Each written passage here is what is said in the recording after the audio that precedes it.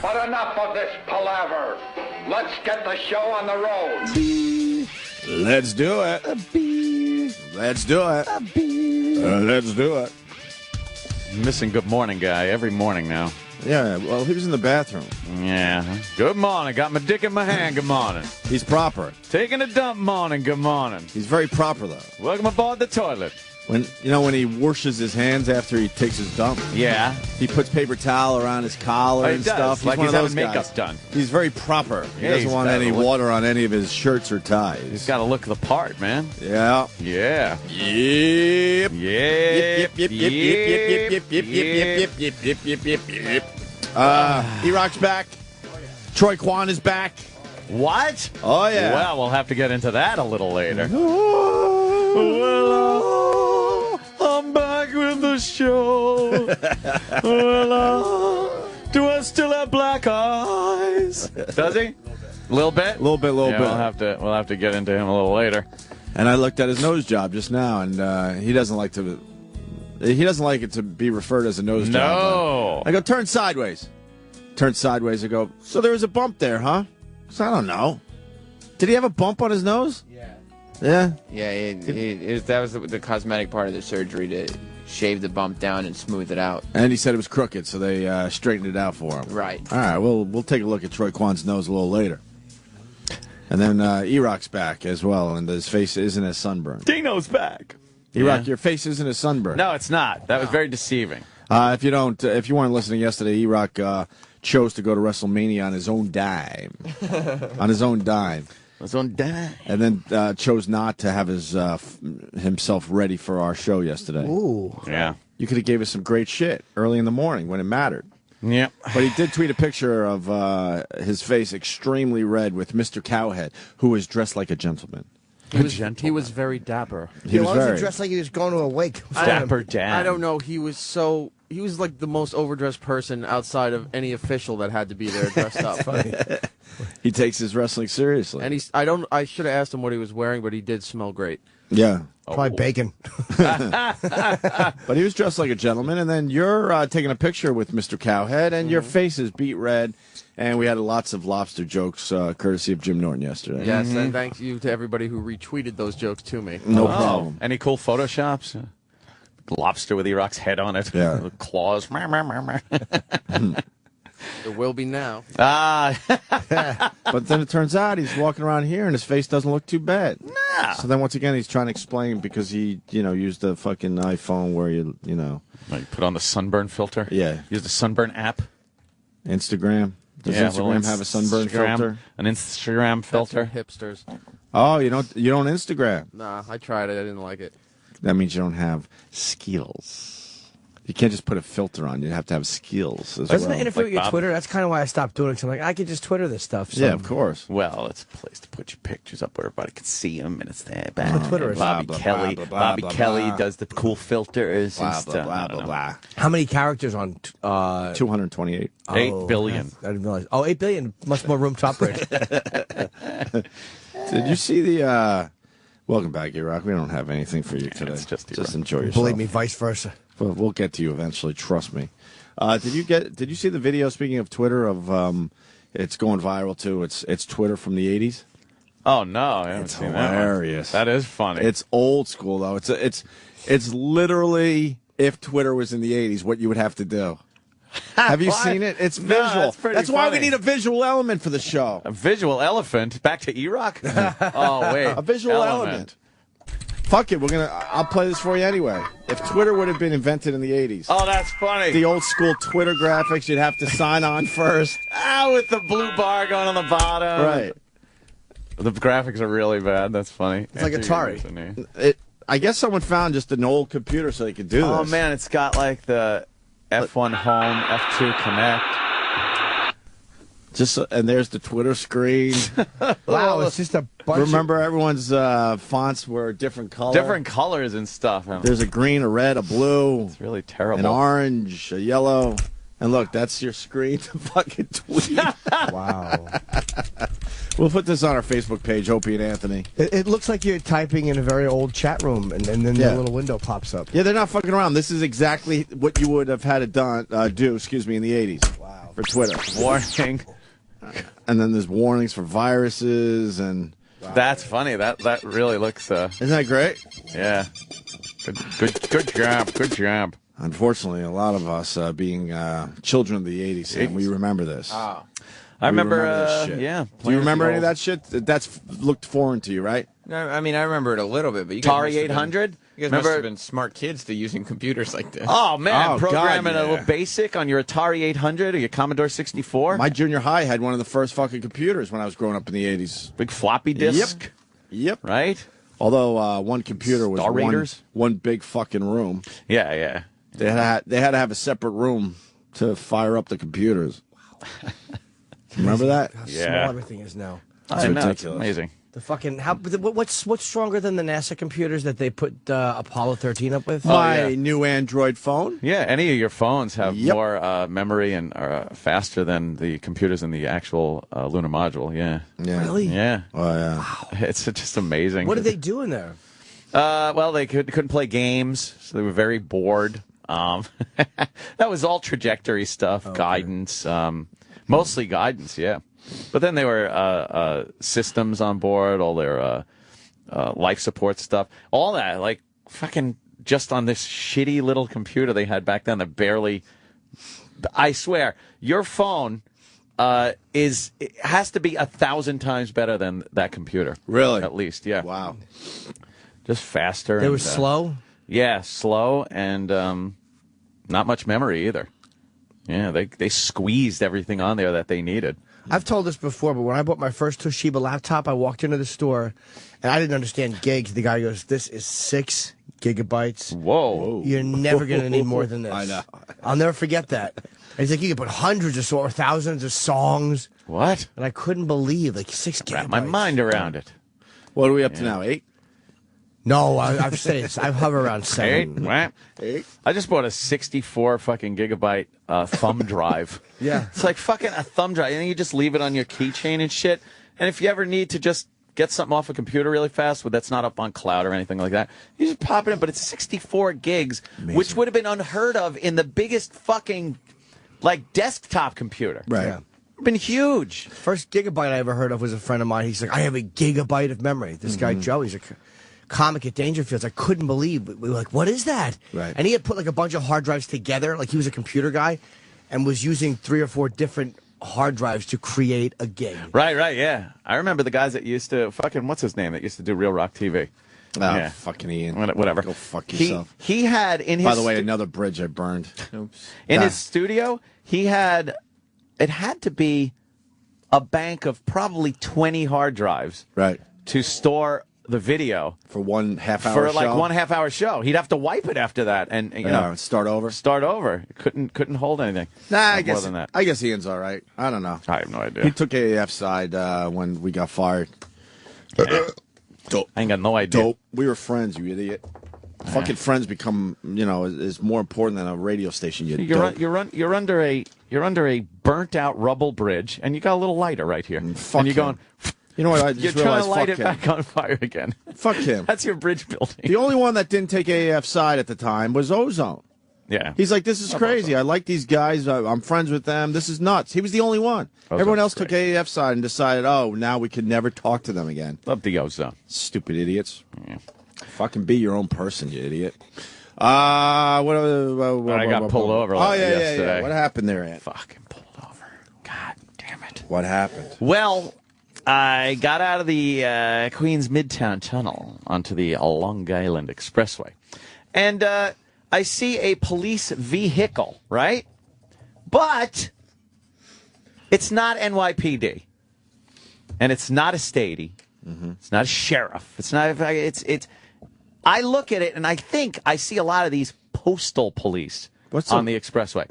What they do is they escort big postal trucks that I guess are handling some sensitive stuff. But what if you want to make a robbery movie? I don't think you use the postal police. Why not? Who fucking postal police? They don't do shit.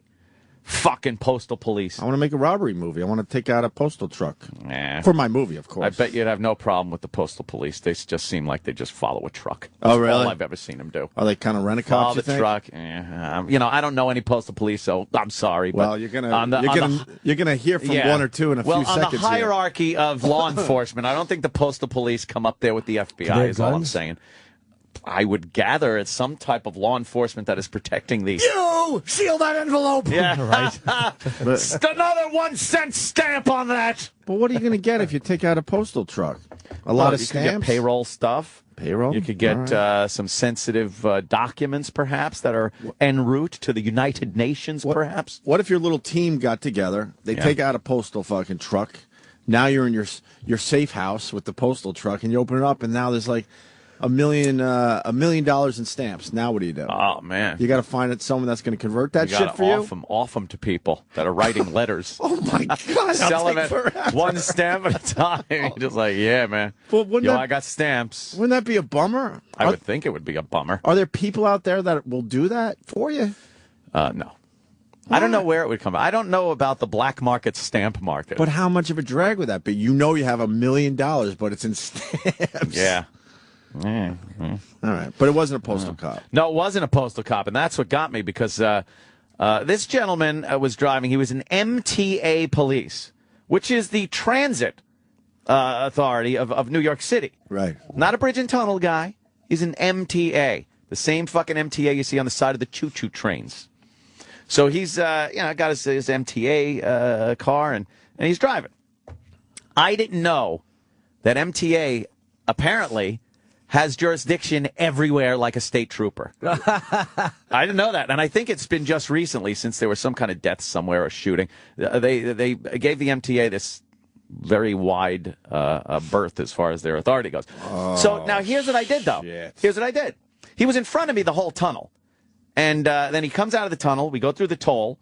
And then I get in the left lane and I pass him by. Mm-hmm. I pass him by like I have many times with the postal police or many times with like correction cars, correctional guys. Because a lot of cars, they just see lights on top of the car and they fucking jam on the brakes and do 40 miles an hour on the expressway because they see a car with lights. Let me ask you this. Yeah.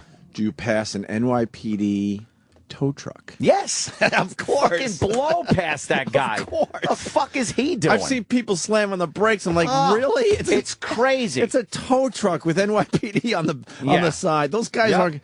Even if they try to take off and pull you over, it's not happening. Stop it. You could blow by an NYPD tow truck. That, I mean, it's... I'll pass the cops if they're going slow, as long as they're not. Yeah. Well, that's just it. If they're doing like just under the limit, I'll go past them. I'm not gonna fly, but just make sure you're 10 and 2 though when you're passing because they're watching carefully. For phones, and have your seatbelt on. So I pass them by, right? Yeah. And now I start doing my thing, my driving home thing, which it entails a lot of use of the directional and a lot of, lane changes to get around these fuckers that have all bunched up from the tunnel, right?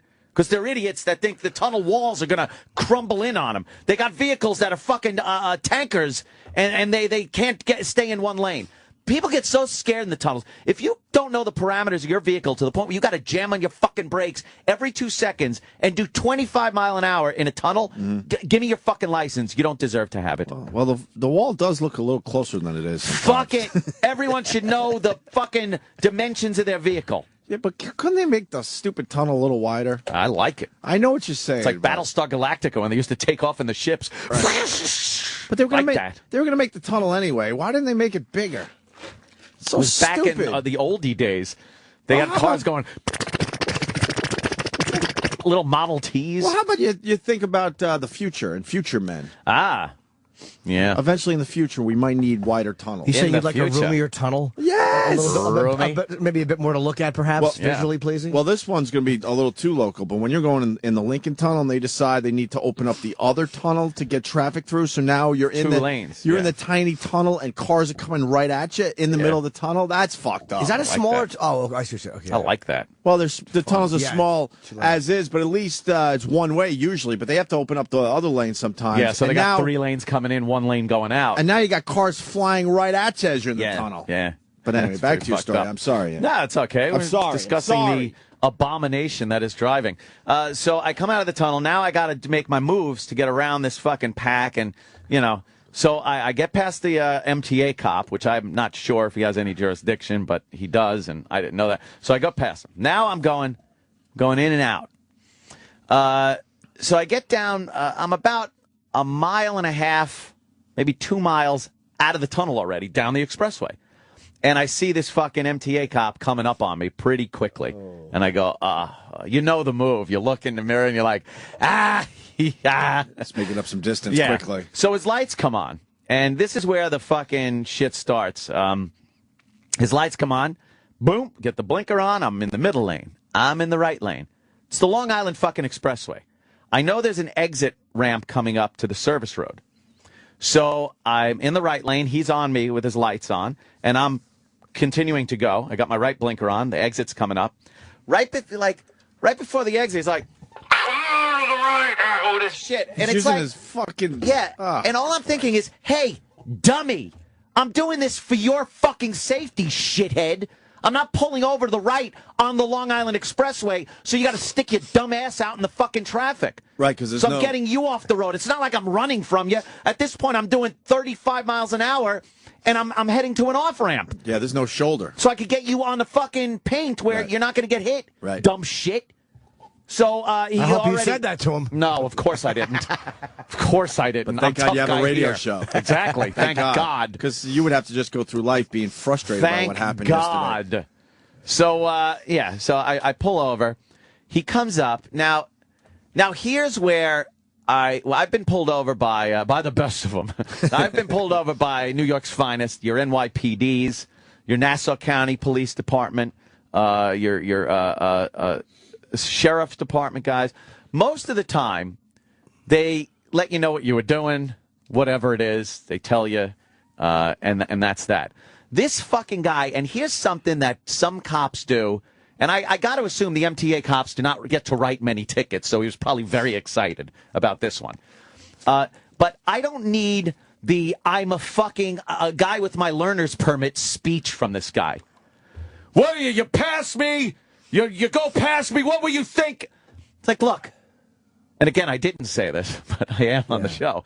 The thing is, I know your job. You caught me. Great. I was speeding. You got me. I understand. Write your ticket and come back. I don't need we're two grown men here. I don't need your fake, I'm angry with you. Well, you were speeding. Look, Batman, you're not saving the fucking world out there. Write your ticket. I'm not even going to give you shit. You caught me. It's the game out there, right? It's the fucking game. I'm speeding. You catch me. You give me a ticket. We both laugh and drive away. Don't give me what were you thinking? What was I thinking?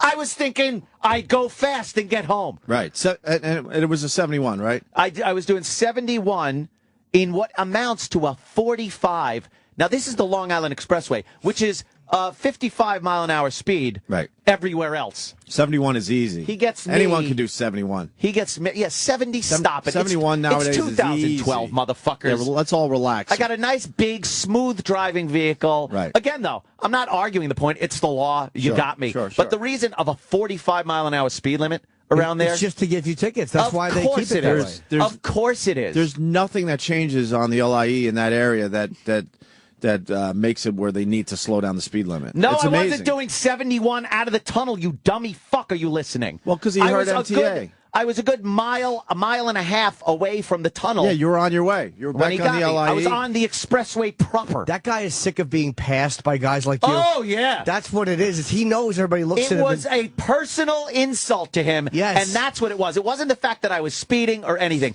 I personally insulted him when I drove past him because he's not NYPD. He's not getting the respect on the road. So he was pissed. So when he came to the window, he was genuinely mad at me. Not because I was speeding. Stop it.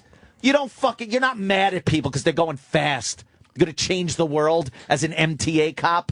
Stop. Brian in San Diego, bravo. He's a cop. He says it's a lecture or a ticket. Not both. Yeah, well, this guy was Sometimes giving me the both. cop's like, fuck, I don't have time to give this guy a ticket, but I'm going to give him a piece of my mind. Yeah. But you don't give the guy both is what he's saying. That sounds like it's protocol right Exactly. And now here's the other thing. Yeah. He goes, and you didn't use your directional. And now I'm like, I actually turned to him and I went, yes, I did. Yes, I did. He goes, no, you didn't. I said, yes, I did. I go, first of all, I always use my directional. It's a force of habit at this point, and for me to not use it would be uncomfortable. No matter how I'm weaving in and out of lanes or how fast I'm going or something, I always, it's second nature to me. So don't tell me I didn't do it. He wrote me up for that, too. Wow. And by the way... And you know you did it. I know I didn't. And when he was way behind me, where he saw me, he goes, I saw you blow past me and this. He couldn't see if I was using my directional because there were cars between me and him. Now, if I'm in the left lane and I want to go around somebody in the left lane and I have to go to the middle lane, he's not going to see my right directional from where he was. Can't see it. There's cars in the way. He wanted to make it hurt. His word. He wanted to make it hurt. He was so insulted. What? He was so fucking insulted. There's a lot of problems there, man. I didn't realize the MTA had jurisdiction. I didn't either. I thought they had to stay close to the tunnels and Yep. bridges. And then secondly, I've been driving in and out of the city as long as you have. I never knew there was a 45 speed limit there. I know there's a 50 when you come out of the tunnel. Well, but I didn't know it was it's 50 miles an hour until the Nassau fucking border. No. Yes. That's stupid. There is no part of the Long Island Expressway in Queens that is 55 miles an hour. It's 50 fucking miles an hour the whole way. Do they do that by, you think, population? Like, because it's populated areas, like... Probably, but it doesn't matter. It's not, people aren't crossing the expressway. It's a racetrack. What do you... Yeah. No, Jimmy, it's a racetrack. But I mean, is that how they regulate it? There's barely any entrance ramps at that point. Yeah, it's the same. It's the same driving there as it is when you're driving through congested areas in Nassau or Suffolk. It's the same road. That's there just to give out tickets. Of course it is. And make money for the city, and that just infuriates the fuck out of me. Yep. Now we have to worry about MTA cops? I didn't even know this. MTA. This fucking guy had such a hard-on. He didn't want to hear anything. He didn't want to see anything. He was just, I'm going to fucking write you up. So he comes back. He goes, stay in the vehicle. Did you show me any police cards? Oh, yeah. He didn't want to hear it. He's MTA. He doesn't give a shit about NYPD. He doesn't fucking care. So he goes, stay in the vehicle. So he comes back, after the allotted time for writing fucking tickets. And he's pissed. He's like, I wrote your ticket for that. And he's yelling at me for this and directional. And he goes, if you want to, dispute it, not guilty, whatever, fill it out, blah, blah. And then he just kind of throws it to me and walks away. Not even like, have a nice day, even sarcastically. You know how even cops, when they're like, they gave you the business, they're like, all right, have a good day. And you're like, thank you. So I didn't say anything either. I just fucking looked at him like, you cunt. What a cunt. And boy, let me tell you, you know damn well, if you've listened to this program, I back the police. God damn it. I back the cops. And this isn't the fact that he wrote me up. I understand. Like I said, it's part of the game. I've been written up by every fucking department from Montauk to the goddamn New York State. It's a game, and you said it. You lost. Right. I lost. It's just the way he did it to you. But it's him, the yelling, the personal insult that made him give me the directional ticket, by the way. That's exactly why he gave me that one. I used my fucking blinker, shithead. And that's exactly how you should have said it. Oh, yeah, that would have worked wonders. There's no way to prove that you did. Nope, that's just it. There's no way to go to court and prove, because it's his word against mine. Now, I know me. I know I always use my blinker. Like I said, it's a force of habit. It's like fucking leaving the toilet and going, did I wipe my ass? You know you do. You know you do it.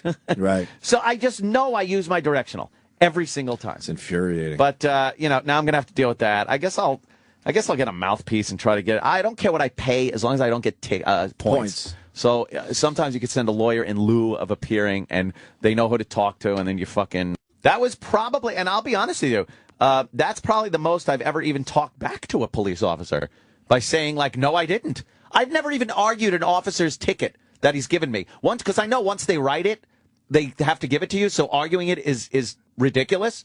So I've never even argued with a cop and said, like, no, I wasn't doing that. It's like, you got me. I'll deal with it. Wow. But this guy, he fucking was bullshitting about the blinker and that anger thing. Oh, stop it. Some of them are just dicks. Not angry. Some of them are just dicks. You're not angry with me for speeding. I know you're not. The funny thing is, when he's in his regular car, he's doing 71 in a Of 45. course. That's what always drives me and nuts about some of these guys. He said that to me. He goes, you know, even I don't drive past bullshit. a police officer that like that. I should have said, where's a police officer? He would have been mad. You think you'd have been mad if you said, look, I didn't mean it, but I equate you guys to kind of hall monitors to the real cops. Right. I didn't mean it. Aren't you kind of just, by the way, your car's old. They don't even get new cars. Whoa. All right, now we got good calls coming in. Yeah. First of all, Jason from CT on Twitter. Those MTA cops wear full armor and carry MP5s. Is that true? I didn't see an MP5 on him. Probably left it on the hood of the car. I would think because of terrorism, some of them do, but I don't think an ordinary Joe that's giving me tickets is carrying a fucking automatic pistol. White guy? Yeah, he's a white guy. Why don't you say that to him? Point to and say, why aren't we bonding over this? Why don't we take care of this right here, Mineola? Ah, shit.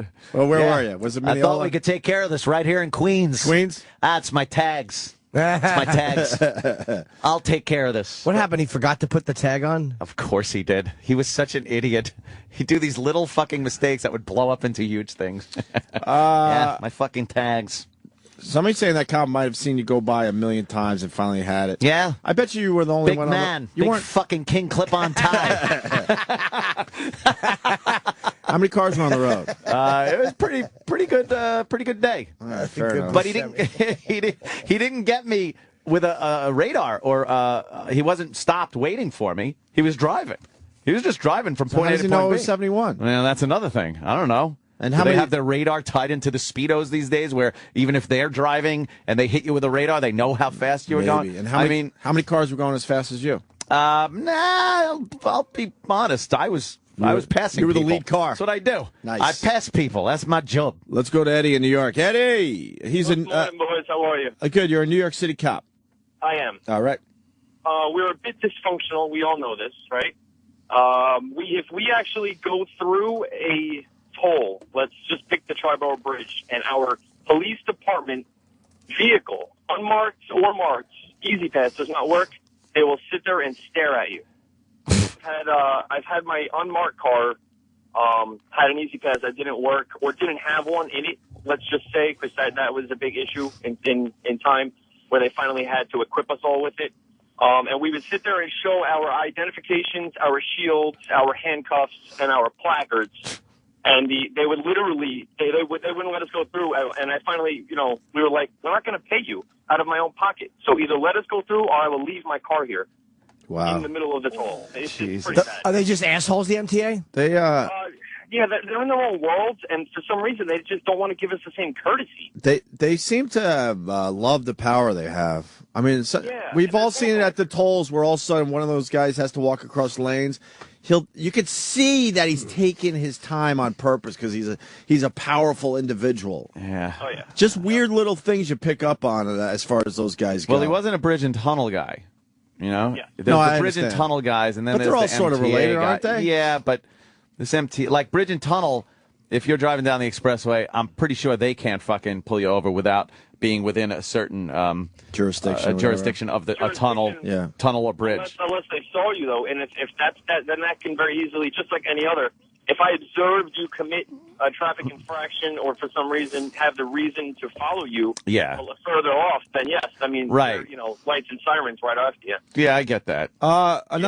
Another guy saying MTA cops, they aren't real cops. They are there to catch toll violations. No, that's the But I guess the they bridge gave him a and little more tunnel guys. power. Oh, okay, yeah. okay. Too many. MTA's got, believe me, they got the jurisdiction. Yeah. They do. Yeah. But I Googled it. I'm sure you did your research. But my question is simple. Don't they have other things to worry about, like an MTA cop? I don't know. It's hard to pull over a train. Does it? Huh? You know, Yeah, but the front page, front page of the paper, Al Qaeda is ready to hit New York again. Well, if Al Qaeda's What does it say? speeding on the Sickos? expressway, they'll pull them over. But wouldn't that be something that an MTA cop should be more concerned about than you speeding? Big threats on the trains and mass transit, things like that. I think maybe he should be patrolling around looking for buses doing silly things. I would assume that they should assume that there's plenty of cops out there to catch speeders. They don't really need to go into that area. He was personally insulted that I passed him. That's what it is, and I know it.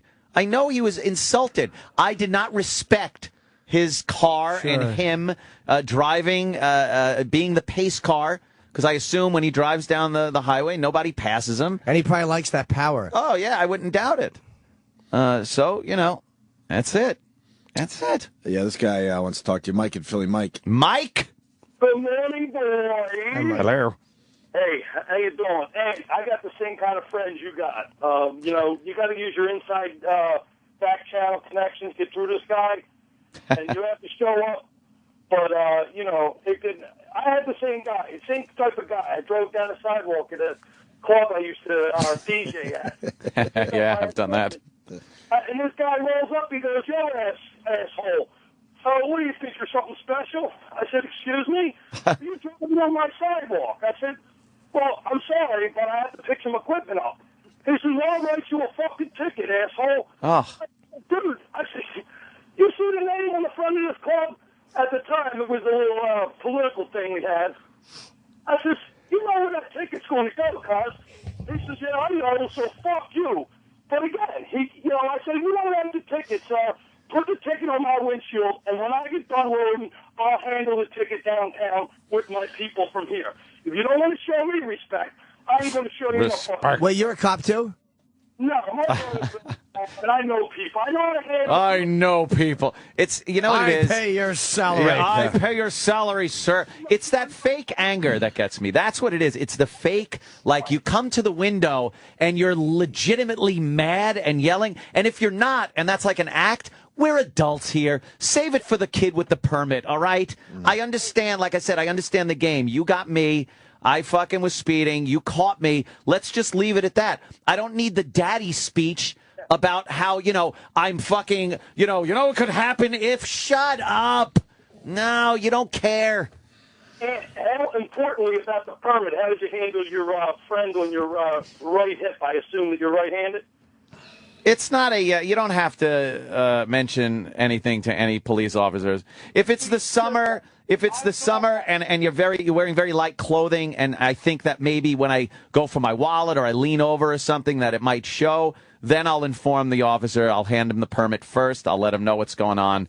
And that usually diffuses the situation because he kind of sometimes wants to talk about guns or, shit like that. Well, what I would do, the way I would show it is I would just pull it out and I would fucking put it right on the dashboard. And I would say, "That's mine. Don't fucking touch it." I got the paperwork at home. Now let's talk. Yeah, my paperwork's at home. That's not the way to do it. Your turn. This is my move. What's your move?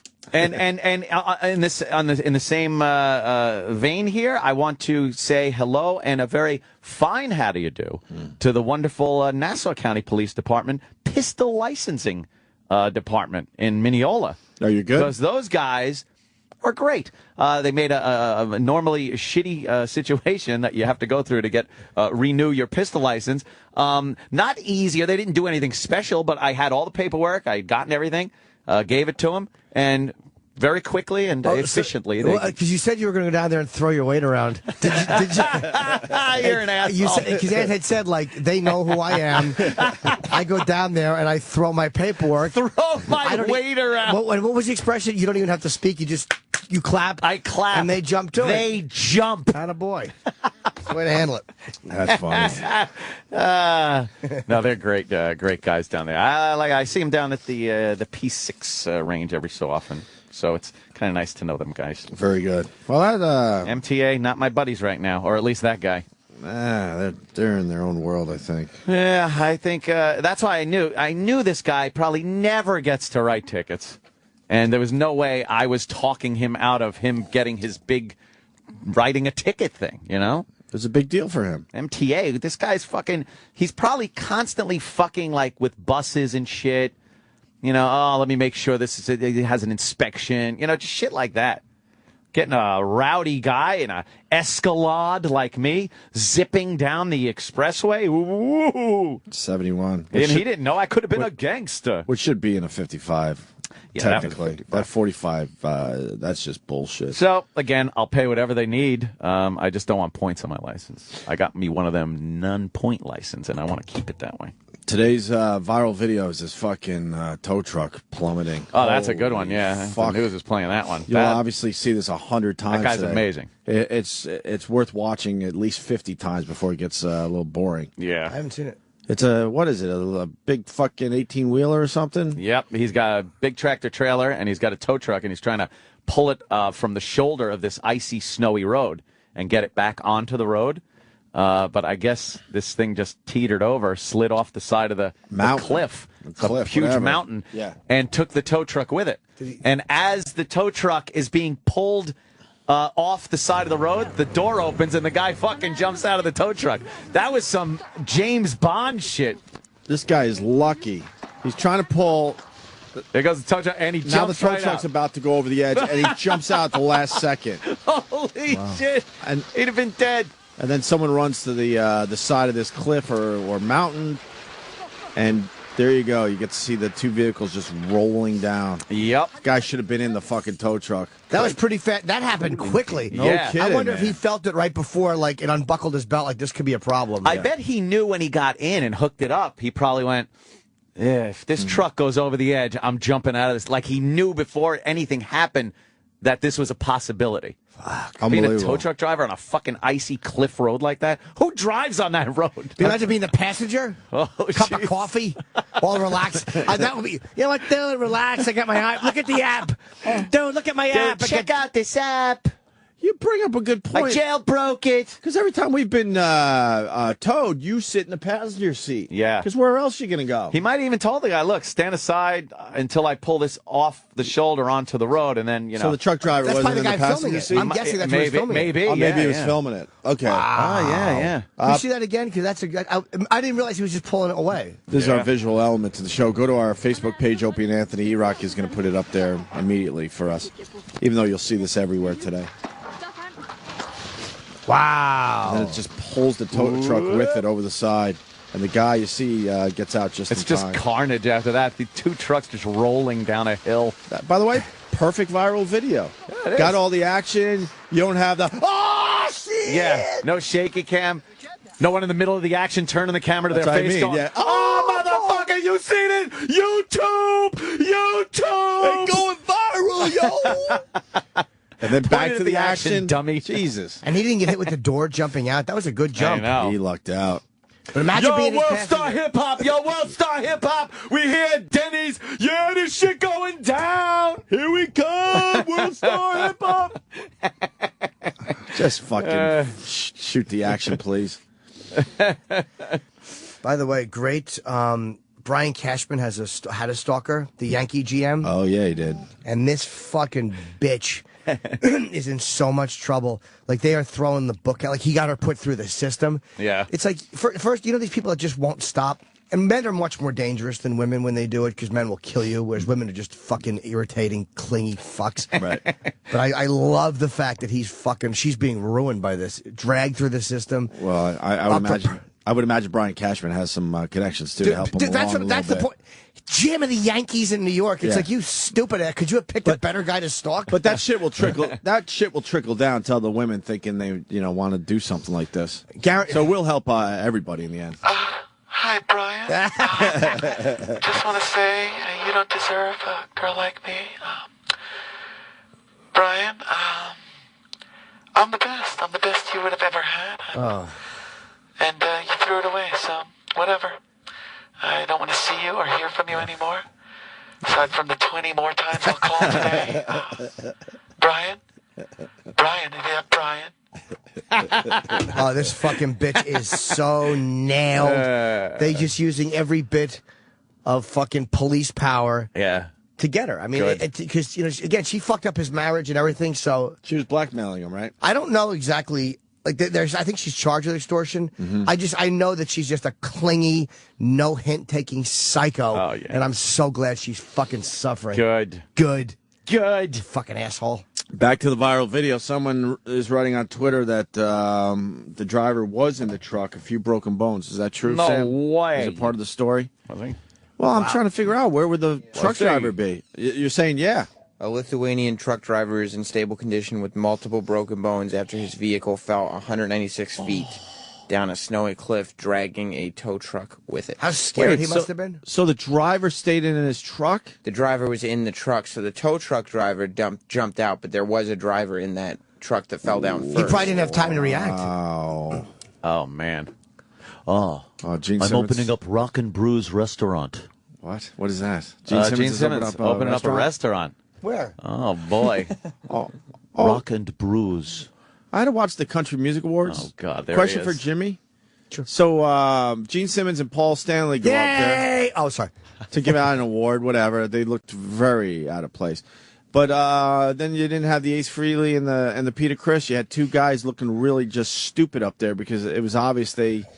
Tommy Thayer, I think, is a guitarist, and I believe it's Eric Singer's the drummer.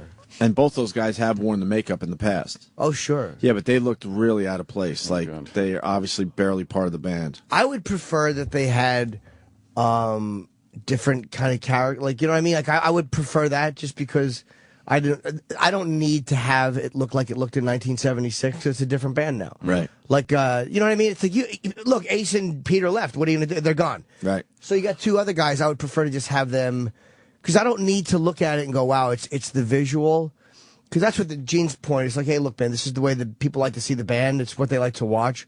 I would prefer to see them in different characters. That's all. Oh, Could he fix his hair? It's black cotton candy. Gene Simmons' hair has drove me nuts for years. What is it? Looks dead. It looks dead. He has dead hair on his head. Yes, dead hair on my head. It's a new restaurant. I've secretly trademarked the word hamburger, so I'll be suing anybody that uses the word hamburger like they do in my restaurant. I eagerly look forward to going to Gene's restaurant and having a burger, having a kiss, some kiss fries. Get up, fucking yeah. Thank you, Gene. Could I have the pompous pork rib? And could I have the ridiculous ribs? No. Could I have the shithead shake? And no, I'd say Gene. let me have the Star Child special, please, with a side of demon fries. Oh God, that's what I would have. Oh, Probably have really? hamburger shaped like a star. I'm going to enjoy my Kiss burgers. A Star Child. Yay! Oh God! And if you could eat the hot dog in one piece like Paul does, just put it down your throat. You get it to eat. You get it free. I will not stand for this talk of my childhood heroes. I know, Jimmy. Aw. Paul Stanley had a jelly belly during the Country Music Awards. Did he really? It's like start wearing a one piece. He has his costume where the belly shows. I guess back in the 70s, he might have been in shape to pull that off. Now it's just a jelly belly. Let me see the Country Music. An extremely hairy jelly belly. Yeah, he is a kind of a bear. Yes, we have the the Simmons hair pasta, which is we don't even boil it. It's just ramen noodles without any water. Very dry. See, get it? I don't. I will not support any mockery of the Gene Simmons restaurant. My childhood heroes. I will go and have myself a nice Kiss shake. It's 4 delicious ice creams, one for each member of the band. Oh, great. I'll have the "you're gonna try to fuck my girlfriend" chicken. Jesus Fuck Christ! this guy. Sounds like Jimmy might be doing something with Kiss or Gene Simmons in the near future. No, not at all. I just think that Ant's being very selfish, and it's like any girl I've ever dated. Enough with this guy. It's the rule. If anybody in the original 4 lineup of Kiss wants to fuck you, give it up. If Ozzy wants to fuck you, he's also allowed to kill you after. Those are my rules for chicks. Remember how he made fun of everyone that got married or is in a long-term relationship, and then this dummy turns around and gets married? Stop. Shut up. Oh, that's funny. Kevin from Connecticut, the "stop your typing" steak. That's right. Told Danny to Gene stop. doesn't like being interrupted. Stop his typing. As he shouldn't. Can I have the "I'm gonna shush you" fries? Yeah. Oh, enough of That's you. right. That's what you need. Gene Simmons shushing you. That's right.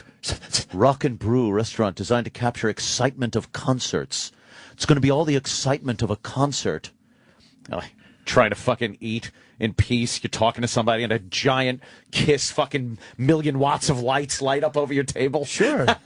You eat your chicken pot pie, you cut into it, and there's a little radio in it, and it goes, I want to rock and roll out of your pot pie. That sounds dangerous. I would enjoy that quite a bit, actually. I don't know anything about this restaurant, but I would assume it's going to be hot waitresses and maybe kiss makeup. Dressed in kiss makeup? They would have to be. It's actually a good idea. I didn't even think It about would have to be some kind of on a their kiss skin, though. It would have to be some kind of kiss theme. Yeah. To work. It can't just be a regular restaurant that he's financing. Where is it they opening? Where does it? I need to know where this will be. Kiss and Motley Crue this summer, though. Yeah, it's a good tour. Damn.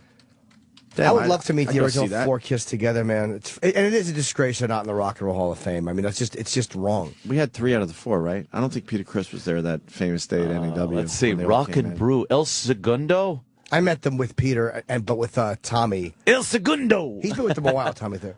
We've never met Peter Criss, I don't think. I've met him a couple times. I'd love to interview him especially after the breast cancer.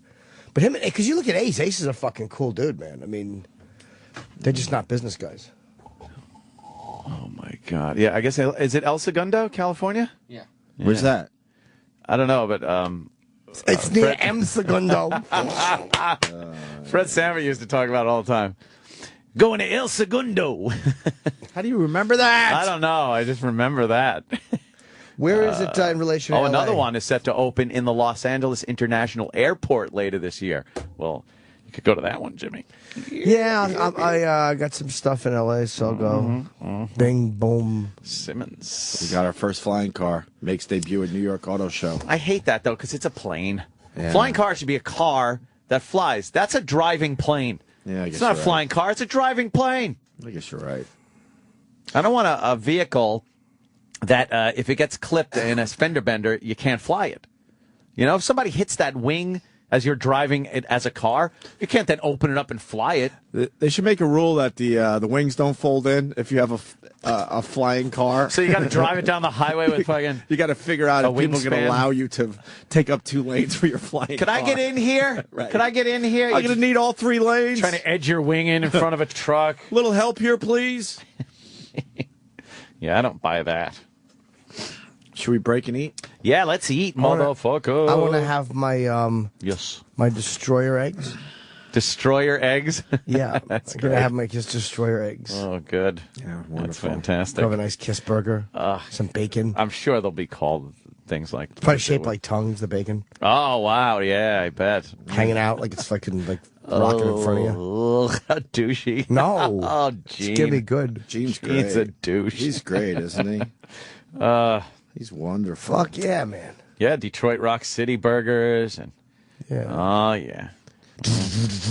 That'll be $70 for a burger. He's great. I need to make money, too. Love him. He's great. What a guy. All right, let's eat, man. I'm hungry. Kiss for you. We're back in the New York groove.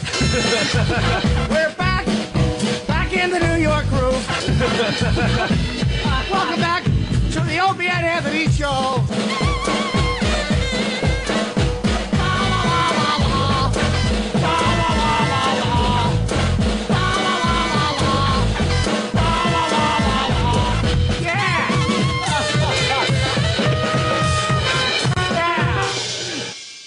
Sirius XM, the Opie and Anthony Show.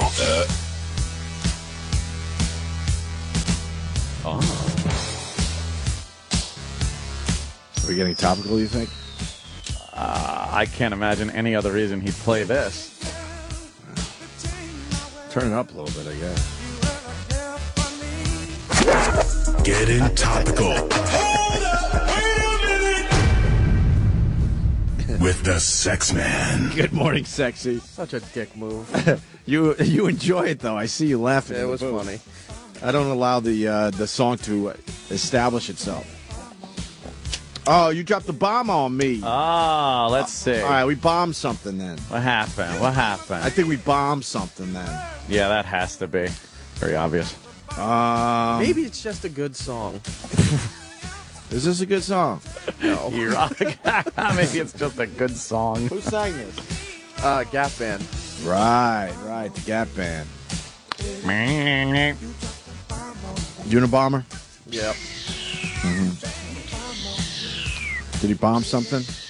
Nah, they caught him 16 years ago today. Oh, really? Now, that kind of seems like that's about when that happened. You know what I mean? Yeah, Sometimes you hear this shit and you're like, what? That long ago? What? This one, that seems about right. What the? That one's all right. We can handle that one. What the who? It's the music shit I can't handle. Yeah. Because that seems like yesterday. I was telling you about a stock yesterday I still have, Ant. Yeah. That you sold a while ago. Yeah. And I was doing the math. I'm like, holy fuck. We got that stock like it was 15 years ago. A long time ago. So I held on to a stock for 15 years. Yeah. That's fucked up. That's going long with it. You think? Yeah. That's long? Yeah, 15 years is going long. Damn.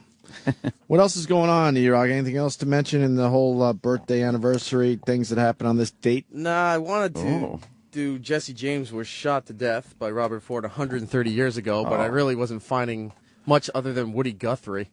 Oh, Jesse James. I thought Jesse James. I was frightened. The motorcycle guy. Motorcycle guy, who, by the way, was pulled over yesterday and didn't get a ticket. Oh, really? Picture him with the guy. With the cop. Really? Yeah. I'm like, well, it didn't work for me. Yeah, we got to get a little more famous. You know, right? Who am I kidding? We're less famous by the day. Less famous by the day. Oh, no. I mean, duh. Jesse James was shot. What do you know about this, Ant? Who is this Robert Ford cat? Oh, he was the cowardly guy that wanted to be part of the gang. Right. Want to be part of the fucking crew, yos. And he shot Jesse James in the back as Jesse James was straightening out a picture on the wall. Oh, fuck. Yep. What a prick. That's too bad. What a faggot. What a pussy. Pussy. I know. Kenny's freaking me out. Why? What's he doing? We finally found Kenny's kryptonite. What, a smile? Intelligence? Smile. Oh, well, okay. Here goes the bed. Chin. Fashionable clothing? Yeah, exactly. Unable to wear a normal color. Yeah. Oh, Kenny. What's Dry Kenny hair. tonight? Look at his eye. I know he is. Oh, man, what happened? You look like one of those kittens on those ASPCA commercials. Yeah. A big one, though. Yeah. I wanted somebody to pop my eye out and skull fuck me, but nobody would accommodate me. No one popped it out. No. Kenny suffers from seasonal allergies. What? Seasonal allergies. And that. Oh. Did you enjoy your day yesterday? When? It was Autism Awareness Day yesterday. Yes. I wasn't aware of that. Yeah, I didn't realize. Maybe they shouldn't call it awareness then. That's funny. If you think about it. Yeah, true. I mean, let's all acknowledge and do what we can, sure. I mean, it's an epidemic in this country in the last 20 years, but to call it awareness, I don't know.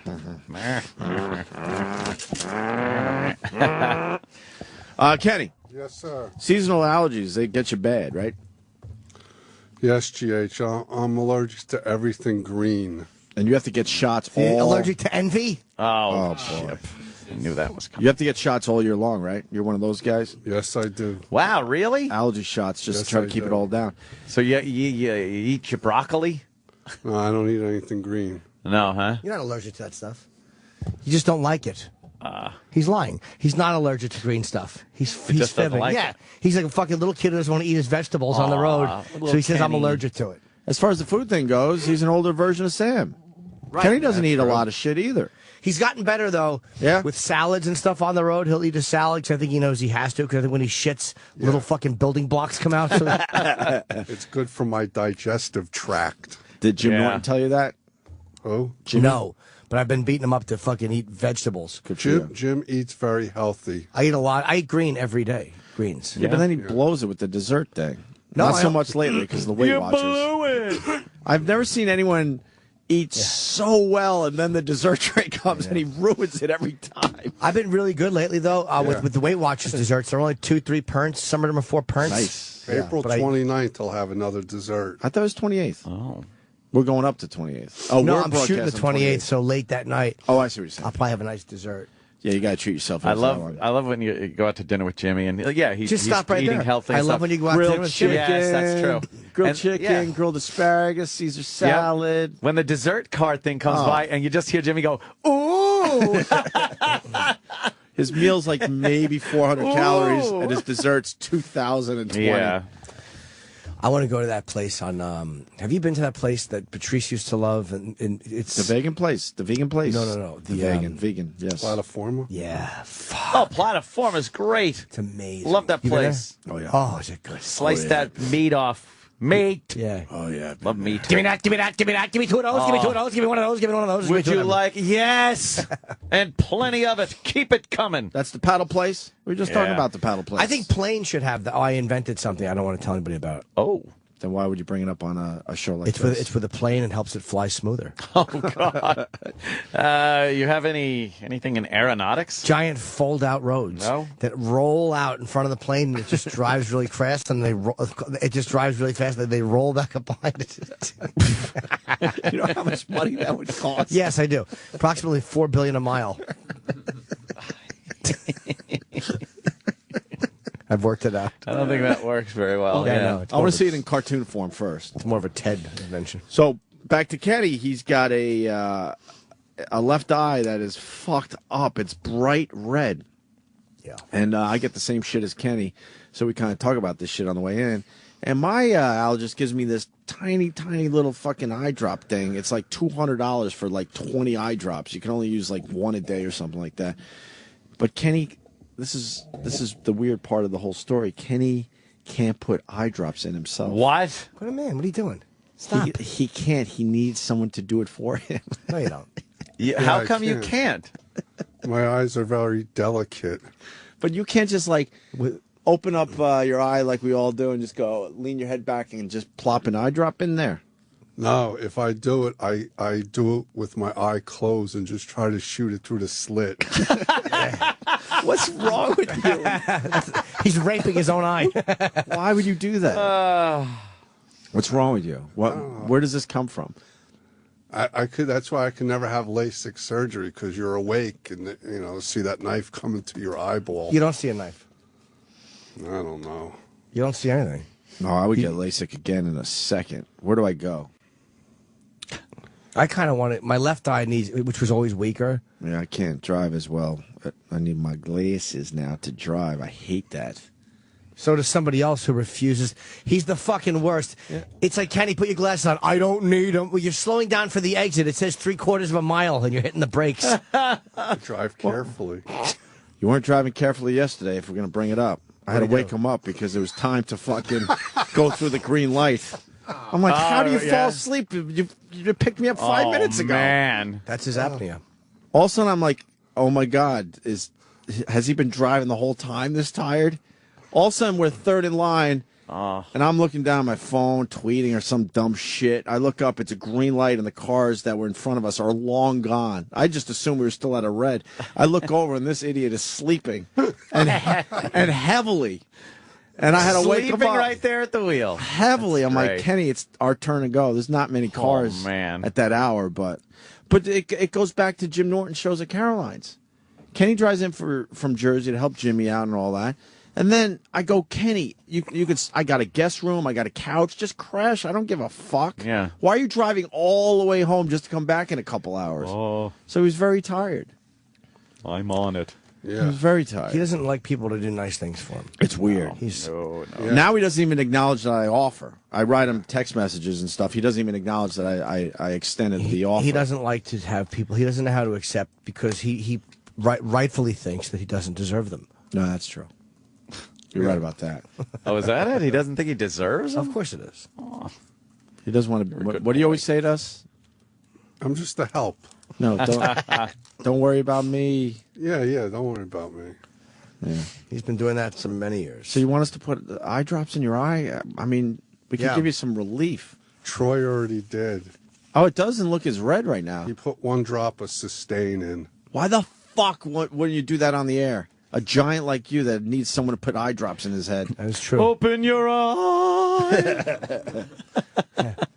That's a radio bit right there. So Troy is here with his new nose? Yeah. You want to take a look? Yeah. We got to see the new You won't even schnozola. recognize him. Really? So handsome. He's even He's so more handsome now, right? So handsome. I find that hard to Even believe. more handsome. More handsome. How could that be? Here he comes running down the hall. Oh, God. Good. Great. Hope his new nose falls off. We missed Troy Kwan around these pots. Thanks, Did? Kenny. I didn't know you got the eye drop. We were going to try to take care of it. Oh, man. Look at Who's this this? fucking handsome guy. Who are you? Who hired the model? Wow, wait. Well, I got my nose fixed. I'm Troy Kwan.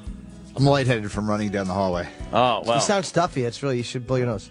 Are you I still can't. I'm afraid my brain is going to fall out. Are you still swollen, or are we looking at your new nose? And now I'm confused. I'm really swollen. Still, he's right? still swollen. They say it swells for about 6 months. Whoa. Really? Crazy.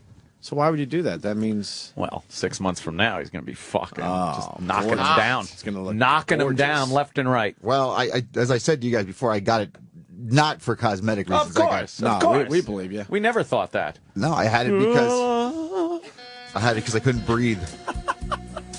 You couldn't breathe. Right. Because you looked in the mirror and you're like, I could be so much more handsome, and you lost your breath. Had a panic attack. Yeah, so you couldn't breathe because of that, right? No, I just couldn't sleep. Oh, So Couldn't sleep. He was Couldn't just sleep. thinking about how much more handsome he should I be. know. That would be like racking my brain. I understand what you're saying, right? Is your nose blocked with like gauze or no? it's just swollen. Everything's just swollen, and Did you have a bump or something? I had a bump in my nose, and my nose was crooked. It was off to the Yeah, side. but that's not why you did it. It was to breathe. Well, I mean, obviously, if you're going to go through the pain, Yeah, I hear you. right? Right. I mean, if you're going to go through it, why wouldn't you get it to look as good as you can? Exactly. You sound a little nasally. Why Exactly would you? what I Why would think. you? Why would you fix your deviated septum and then just be like, oh fuck it, just keep it crooked? How about your turbinates? Did Exactly. they shrink them? What's that? I didn't have a problem. That's with why those. when you have a water pump go in your car, you get it all repainted and fucking all detailed. I mean, that makes sense, right? I mean, why would Yeah, sure. why would you fix a deviated septum and not straighten it out while you're there? Fix that shit up. Yeah. Why would you want to have would you want a crooked nose? No, I understand you perfectly. I was a bit combative today. What's this about? I know. Well, Well, he's when you're hot so shit. good looking. What is this You know, you about? ever hear from girls that say, like, oh, he was so good looking, but Yeah. Jesus. See, he's entering that realm of Yeah. just the hot guy that just, hey. How much gauze do they Sorry. stuff up that nose? It was packed, and then they pull it out, and it feels like it comes from inside your brain when they pull it out. Does that hurt? Oh, it's awful. It's fucking. It's a brutal surgery. I never had the gauze, dude. My guy, I had a great surgeon, and I was done in like a Mangala? week. Yeah, yes. Been good. You had your septum done? Oh yeah, I had deviated septum. He had a deviant septum. It only works when there's fucking young panties. But they go in, and he has this gel I think he invented, where he lines your nose with the gel so you don't have to be stuffed. Wasn't gel. It's always a cum joke. And you have to sit up, though. I slept sitting up for a week. Yeah. It was hard. Yeah, man, it's brutal. It really is, and my nose just keeps leaking. Well, try. A lot of people use that whole thing. It's an excuse to get a nose job. You hear it all the time. Yeah, I didn't really need a nose job, but Well, let's see an know. old picture of you. We'll decide. We'll decide if you need a nose job or not. I love the Troy Kwan gallery though on the Facebook. Oh, page. yeah. Thank you for that, by the way. You did have a little bump. Yep, not anymore. No more bump for Troy Kwan. Yeah, man. I mean, it's swollen now. Though I have a fucking massive honker, but it's, Are you sleeping on your backs or your side? Yeah, sleeping sitting up. Oh, you have to. Yeah, it's hard. Yeah, no, it was rough, man. It was A rocky dentist night's sleep.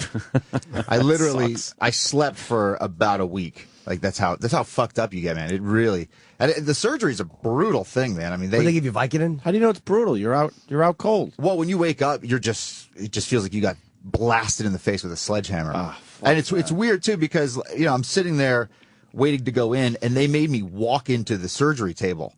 So you're shitty insurance you have. They don't give you a table. You got to stand up during the surgery. It's just a weird thing. And like I walk Got in, a la carte surgery. You want anesthesia? 400. Right. Yeah, the whole gurney thing into I'll the blow room. off the Fuck gurney. that. What else I could could I save blow some off? money there. Yeah. I'll go into the operating room naked. I'll save a little money there. Yeah, well, they said, all right, well, come on, you're ready to go. So I walk in, and these guys are, in their, scrubs and whatnot, and they're like, hey, what's up, man? I'm just looking. I'm like, dude, shut the fuck up, man. I'm not ready for broing down with you. And then they have like music blasting in the surgery room, and they're like laughing and hanging out and partying, and I'm like, what song was it? You remember? I don't remember, but I had a panic attack. Well, they probably know that you're like a handsome model rock guy. They wanted to make you feel like at home. And I had a major panic attack and started freaking out. And they just punked me. Wow. Yeah, go ahead. And then they strap you down. When you're doing the surgery. You think they touched your penis? I don't know. They very well could have, because I had no idea what was going on. Who could blame them? Yeah, you gotta be very trusting. Yeah. To let someone put you under. Yeah, but my doctor is good. You know what I remember? I remember laying there. They wheeled me in, and my doctor I saw. We said hello, how are you? It was freezing in the operating room. Freezing. Why is it so cold? I have no idea. Yeah, I'm guessing for germ reasons, or maybe for the equipment being heated. I don't know. Letterman was a surgeon. Yeah. It was fucking cold. It's probably better to keep you cold, I would assume, than hot.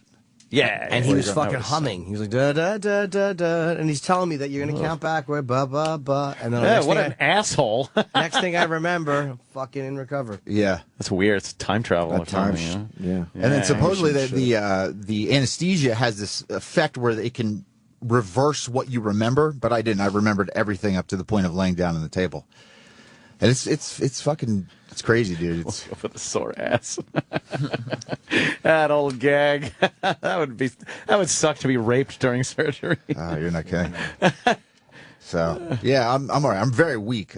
I you don't look good. Yeah, I don't feel good. You really don't look good. Did he come back too soon? Yeah, well, I mean, they can only give you 5 days off, and then you have to fill out all this paperwork to take more days off. So. What? That's serious? Yeah. Fucking fill it out. Yeah. So I'm you do realize pretty that weak. there's no one here ever, and they're giving you a problem, especially these days. And I get back, my studio's all fucked up. It's tore apart. Nobody told me anything, so I haven't had a chance to do anything yet today. Yeah, what happened? I don't. Nobody knows. No one ever knows. Studio's just torn apart. So. Well, Sal was doing the boneyard with me, and he was in there causing a ruckus. Yeah, ruckus, kicking shit. It's a ruckus at this point.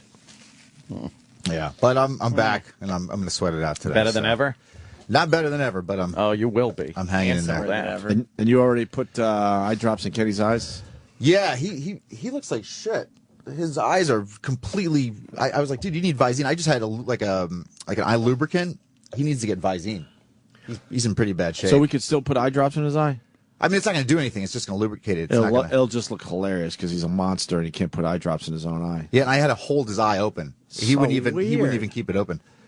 Could we do this? Does anyone have eye drops? I got to see this. Yeah, Could you just humor us? How do you know your fucking turbinates are okay? Because that's not what they had to do. They just had to fix my deviated septum. Okay. And I just couldn't breathe out of this one side. It was completely closed shut. Yeah, man, it's fucking brutal, dude. Yeah, you'll be really happy. But I can breathe better now than I've breathed in 10 years, so I'll go get the drops. It's pretty righteous. There you go. There's his music. Gonna get my drops for Kenny. When I don't feel so good. Oh, but I look great. You don't look great. He looks like he came back way too soon. Yeah? Any normal place, if you were a boss, you would look at that and go, you know what? I don't give a fuck about paperwork. What the fuck? Why don't you go home for another day or two? Yeah. Get your shit together. Yeah. Well, as long as in, a month or two, he'll be looking great. Feeling good. He gets a little, he got a little fucking edgy there. He doesn't. I don't think he likes this bit. I don't think he likes this bit one bit. No, he's really getting a little testy with this whole thing. There he is. Are you still on painkillers, Troy? No. What? Nah, they fuck you up, dude. Well, yeah, that's the job of the painkiller. You can't fucking shit. You can't piss. You can't jizz. What? You can't do anything. What do they put you on? Percocets. Oh man! Look at him breathing. He's hard. breathing heavy. I'm fucked, dude. I'm really in bad shape, dude. Like I'm ready to fucking pass out, man. You're breathing probably through your mouth so much that you're probably getting lightheaded. That's all. I'm ready to pass out. Yeah, you will be fine though. I went to see Motorhead and fucking Heaven and Hell and Priest 3 days after surgery. Oh. God, the fucking music alone just. I was rocking out. Yeah, you were, Jimmy. Yeah, you were. Then again, my body heals very quickly. Oh. Well, what we got in front of Same us about Troy. is Kenny, and we need to put eye drops in his eye. Are you ready? It's still a little red. Oh, it's eye head. Ugh. Kenny's head is way back. You really can't do this yourself, Kenny. Want me to try? Yes. He's gonna miss. He's gonna close his eyes and just Leave pour it it on open. his eyes. It's okay. I want to see what he does. No, you're not doing it wrong. That's automatically doing it wrong. You take your thumb and your pointer finger, and you open your eye, and you just hold it open. You have to hold. I can't even do it with my eye like that, and I'm doing it for 20 years. I'm a good shot. You're not, though. I'm a good shot. Hold it open with your eyes like that. I'm telling you. Come on. Hold it open, all the way back, look straight up, and realize it's nothing. It's just a drop. It's not going to hurt you. It's no. He's not even close to his No, eye. but he's just missing. But your eye stayed open. It hit his cheek, though. Yeah. He moved his whole head. Go back again. Try it again. Because your eye, you literally just missed your eye. He's able to open his eye. That's Yeah, good. go, you don't have to with his rush two it. What are you fingers. rushing for? Watch. It's way up high. Oh. You got it. Did he get it? Yes, he did. Kenny, you did it. Right in. See? It wasn't a bullseye, though. That's all right, but it's still, yeah, it's easy. Look, he now wants to put more you gotta drops in. hold He's them. all Don't get excited. cocky. Now he's excited that he finally figured it out. Very excited. No, he's not even hit it. He needs some practice at it, but you will be able to do it. Wait, something got in there. Yeah. Yeah. He dripped in. Unfortunately, it's not a 45.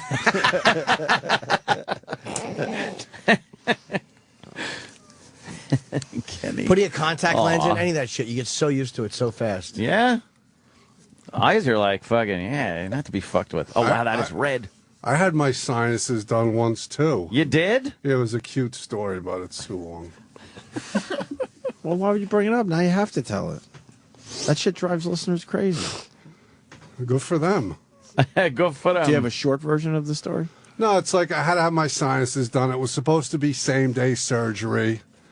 And I went, you got to be there early in the morning. When I got there, it was like dark, and they give you like the gown to put on, and it was like a reclining chair, and the lights were out. So I says, this isn't bad, because I was trying to remain calm. And then like all of a sudden they bring the stretcher in, and they bring me in a room, and there had to be 40 other people lined up waiting to get fucking surgery in this bright fucking room, and you're all like looking at each other. There's nowhere else to look.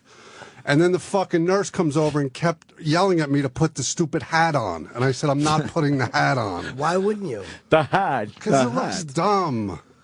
It looks But dumb. You're not but impressing anyone there. Yeah. I don't care. Who cares? You didn't want to look dumb no matter what. the Yeah, circumstances. so she kept yelling at me about putting the hat on. And then I said, I want to see my doctor because I want to make sure he wasn't hungover or all fucked up or something. That's so I had to talk to him. viable. I can understand how you would want that. So then I wanted to see the anesthesiologist too because like they started coming in and they were like wearing clogs. Yeah. And I don't go for that. No man should wear clogs. You made them take their clogs off? Well, no, I wanted to see, that was for like other people, you know? So then my guy came and he was an American, but he wasn't wearing clogs, so I was okay with it. Well, the clogs are probably for their comfort. I don't care. Men should not wear clogs. That's where the Crocs came from, right? I don't go for that. Hospitals? Oh, yeah. Are they? I think so. Yeah. I think they were made for hospitals at first, and then they decided everyone should wear them. I don't know. Yeah, so they wheel me in. I have my operation. And then, you know, they give you speed to wake you up in the recovery room. And then I woke up, and the nurse was right on me, and she's like, do you know so-and-so? I go, lady, I just had a fucking operation. I wasn't ready for a test. He must have been a rowdy patient, man. What a treat you were. Well, it turns out she was my brother's next-door neighbor, and that's what she was asking me. Oh. And it turned out in my benefit because she gave me a private recovery room with a fucking TV, which was nice of her. Oh. How long were you in the recovery room for? Well, that's the interesting part, James. Thank God. Yeah, because Thank God. It was supposed to be same-day surgery, and then the doctor came in with, like, his $1,000 suit on, like he was, like, just checking on me before. And Troy mentions the packing in your nose. So he goes to pull it out of my fucking nose, and this, like, gauze rope tube, he, like, pulls it down to your belly button. It's, like, a foot long. And then one of my nostrils started gushing blood, and it got all over his fucking nice suit and everything. And this is like back when AIDS was first invented, so they were like freaking out. AIDS was first invented. well, some do think it was invented. So Yeah, so they were freaking out because my blood is all over his nice suit Wow, and everything. yeah. And the nurse is trying to like get it off with like hydrogen peroxide or whatever. And then like they couldn't stop the bleeding, so he said like I couldn't go home that night. I had to fucking stay there. So I said, well, I need a private room. I'm not like sharing a room with anybody. and they gave me a private room. And then, like, the next day, they were like, they insist you get in a wheelchair. They have to wheel you out. Why is that? Just so you don't fall? They can't have one. It's just to stop any potential litigation. Lawsuit thing. Yeah, I don't know. And then, like, my wife was like pulling the car up, and then like a guy I worked with's father was like coming in to visit somebody. And it looked, I had black eyes. It looked like I got the worst beating of my life. And I'm sitting in a wheelchair, like, and he's like, "What happened to you?" I go, I had my sinuses done. He's like, "Oh, yeah, sure you did." And he just walked away from me. That's my entire story. Oh, no, the last part was, you know that the booger thing on YouTube? Yeah. I had to go to the doctor a week later for a follow-up. And he pulled the biggest blood booger out of my nose. It looked like a giant slug. Oh, God. Did you eat it? I would eat that bad boy. But it was pretty cool. Now that's my entire story. This is what came out of my body. That's pretty tough. I ain't eating. It's actually it doesn't. It looks like. Oh my God, what is that? Yeah, look at it. It doesn't look like a booger. I saw it already. I looked. Like I did. But what is that officially? I don't know. It just came flying out of my body. It looks like an abortion. Out of your nose, right? Yeah, it was probably about that big. Yeah, about the size of like a baseball. Yeah, you're like a large oyster. Yeah, I was like, I have to take a fucking picture of that. It's crazy. Did you smell it? No. I just flushed it down the toilet. Oh my God. Yeah. I would have saved it. What are you gonna do with it? Put it in a little jar. Put it in the freezer. Made a hat Save out of it for later. Can your eye all right? Okay. Yes, thank you for your concern. Sir. You do realize you were fast asleep yesterday, right? Yeah, it happens. You have apnea. I've flown with him. He's the worst. It's great. I'm watching him die and then live, and then die and then live. I'm getting the machine. You should get the machine. No, pain is a lifestyle. Thank you to all the people who sent me emails, by the way, because there's CPAP, there's BiPAP, there's different ones. And, one has constant air and one has air that it regulates so you can breathe, because you're breathing out against constant air. But I can't wait to get my results and find out what I need. If I have to pay for it myself, I will. I need a machine, man. Yeah. I know it's uncomfortable to have, but I've been waking up gasping. Oh. My heart's racing. It's very, very bad for your heart. Very dangerous. Jimmy. Every day I'm waking up exhausted. Like I did Caroline this weekend. I felt high. I was waking up, and within 15 minutes, I'm sitting there on my sofa just loopy and stoned. I felt stoned. Man. And then I'm doing the shows, and I can't nap. I try to fucking nap, and it's like... It's fucking awful, dude. That shit wakes you up. And that's why I piss so much. Jesus. I read that somewhere. It's like you're not breathing, so your body causes something to wake you up, so you breathe. Whoa. So I can't wait to get a machine. Damn it. Fucking scary, man. And I got to get my turbinates re-shrunk. Yeah. How they shrunk? They do it with heat. It's an office visit. It's not surgery anymore. Because instead of scraping them, because that's what causes so much blood, a lot of the guys do it through heat, where they inject you, and they go down into your fucking sinus, to your turbinates, and they shock them with something, and then it shrinks them a little bit. Sounds harrowing.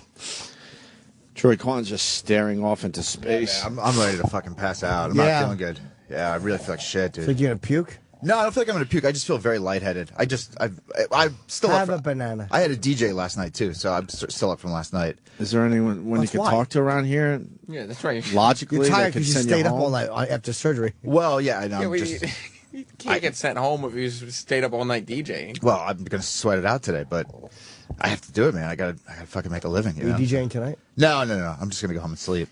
But yeah, I mean, I literally, from after the surgery till yesterday, I just slept, woke up, ate, and just kept sleeping. Yeah, you only have to go through that first week once, and you're through with it. What's the big song in the clubs? Right now? Yeah, what's the one that gets the whole fucking place? I mean, any Pitbull. Everybody loves Give Pitbull. me one. Rihanna. Give me one. I want to hear one that gets the whole club jumping. Everything Tonight. Yeah, that's a Pitbull single. Yeah. Okay, hear that? I don't know. Let's hear that. Should we go to break with this shit? Because we got Jim Abbott. We got to get ready for the big Jim Abbott interview. Jim Abbott is coming in. Promoting his book. I didn't realize it was 93 he threw that no-hitter. I thought he was pitching in those championship years. He's at the last Barnes & Noble tonight. Wow, right. Where's that? Broadway and 82nd at 7 p.m. tonight, signing his new book, Imperfect, An Improbable Life, in bookstores and Amazon now. To me, I said to Opie off the air, he's the most amazing athlete we'll ever have in here. We had Kareem. Jim Abbott is Kareem Abdul-Jabbar. The most he even amazing changed his athlete. name. Yes, that's true. And it didn't affect his So play. did Jim. His real name is not Jim Abbott. Really? What was it? Oh, Jim Costello. Oh, I know this song. I actually know this one. Ladies love Pitbull. Yeah. Mr. 305. Mr. 305.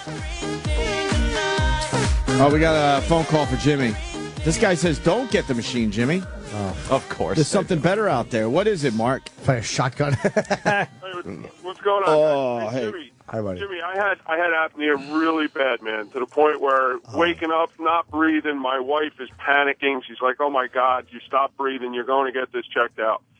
So I went to the doctor, had the whole test done, did the sleep test, was offered a couple different options, and was told by so many guys that I know that have apnea that use the machine that they use it for like a month, and then they stop using it because it's so uncomfortable, leaves marks on your face, you break out. It's just disgusting. Well, I know what you're saying. What is the option? There's The a dental option- thing. Oh. The option is called the pillar procedure. Uh-oh. If a doctor hasn't offered it to you, man, listen to me. They take little strands of surgical type suture material, like they would use to tie you up on the inside. They implant it in the roof of your mouth. Dude, I went from being like 30 pounds overweight and tired every day of my life to losing weight, feeling excellent. What does the pillar procedure do? Is that kind of like shocking? Is that kind of akin to scarring the palate so it doesn't collapse? They support it, because what happens is the soft palate in your mouth collapses, and that's what causes your airway to obstruct and close. How is that So possible? They put these. If you Google it, man, and you Google it.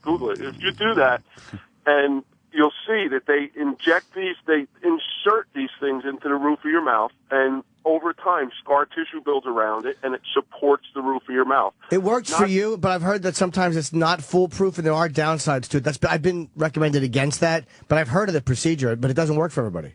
I'm 2.5 years in now. I'm sorry. How long could you not talk for? Like, what was the? Because again, I have to talk. Right. The first week sucked dick. Not to mention that I also had my uvula in the back of my throat cut in half. Oh, Jesus, So- you're a disaster. Yeah. No, stop. No, Don't they say split that Anthony. shit now. I sleep better. Little disaster. My brother had that. My brother had it complete. Actually, his was completely removed. His uvula? Oh, Really? yeah, he opens his mouth. It's just this massive fucking hole. Isn't now. that bad? wow. What's the They got uvula rid of all for? sorts of shit in there. I don't know. The first week was brutal. I mean, it really was. The first week was brutal. I mean, obviously you got to do it when you're either out of the studio or it's rough. But completely different person, man. And I mean, just for all personal reasons, not wanting that machine. It's loud. It's obstructive. You got to sleep on your back all the time. And not if you get a nose one. And Jimmy, what about when the girls come by? Fuck them. They're paid anyway. They have to turn off. Oh, they don't spend the night. Yeah. So they're long gone when you have to put that machine on. And dude, the nose they have. This is why I'm getting my Turbinate shrunk, because they have these nose pillars, they call them, or nose pillows, that you lock it into the nose, and the air can come that way. It's all the mask you get. You got to get the right mask for yourself.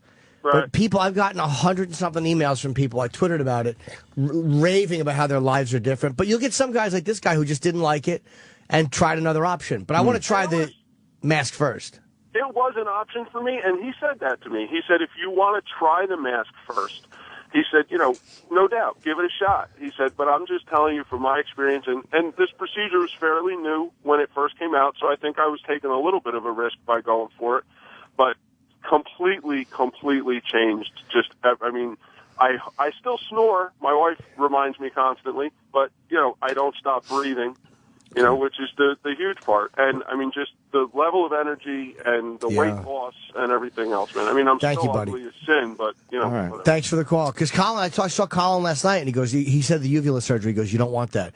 Maybe because we talk for a living, that the risk is, not that it's not important for other people, but. My brother sounds exactly the same. He does, right? If that I matters. sound exactly We got it the same. removed.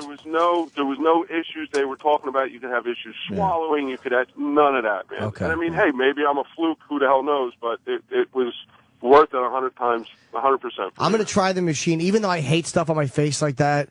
I just paused. I figured there was a cock and balls reference coming on. But You said it, not me. I still want that mask because I know that's just. I can't wait to get that on my fucking fat face. All right, Mark in Jersey. Thanks for the Thank call, you, buddy. All right, guys, have a good one. Troy, go pass out somewhere. Kenny, thank you. Jim Abbott is up next. And, I have one more thing to say. What happened, Ken? DC Improv is selling very well? Yeah, Jimmy's going to be in Washington, D.C. Improv Thursday to Saturday, April 12th to the 14th. Thank you. Saturday, I think, is the early show is definitely sold out, and the late show, it's selling very, very well. I saw the counts. It's great. That's great. Please don't procrastinate. Buy your tickets now. And that's next weekend. A week from this weekend, yeah. Yeah, this weekend is Good Friday and Easter. Yay. I want to whisper a tweet from Kevin from Conn, C-O-N-N, just in case Jim Abbott is listening right now. Yeah. He wants to know if the book was written in shorthand. Oh. Okay. Oh, no. See, that's the kind of things that'll be a problem. Why? He's not listening right now. He might be. Hope not. Hey, why don't you put on the show so I could hear the show? But I whispered it. I whispered it. I'm still looking forward to chatting with Jim Abbott. Oh, of course. He's a legend. Jim Abbott next. Stay there. The Opie and Anthony Show.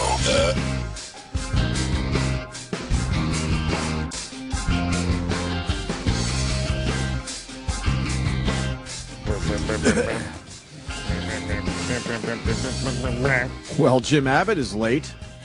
Oh, well. Might be a great pitcher, but you know. Yeah, but well, he's not good with time. You're right, Sam. Boy. Oh, the watch. Oh, I get it. Jim Abbott promoting Imperfect and Improbable Life in bookstores and Amazon now. Big book signing tonight at probably the last Barnes & Noble in Manhattan on Broadway and 82nd. There's one in Union Square, too, I think. The one near Madison Square Garden. You've had book signings there. That's Bookends.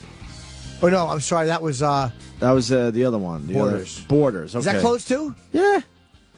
So is the Borders in the Time Warner Center? Yeah. I forgot. I needed some kind of, I don't remember anymore, but I needed a book, and I'm like, I know there's one down near Madison Square Garden because Jimmy did signings there. So I'll just jump on the subway and go down there. Get out of the subway, and I look, and it's just a big empty space. Nothing's in there. Wow. I'm like, are you kidding me? Kindles are just killing them. There's no need to buy books. I mean, it's all that shit. Well, Kindles are in digital fucking. I mean.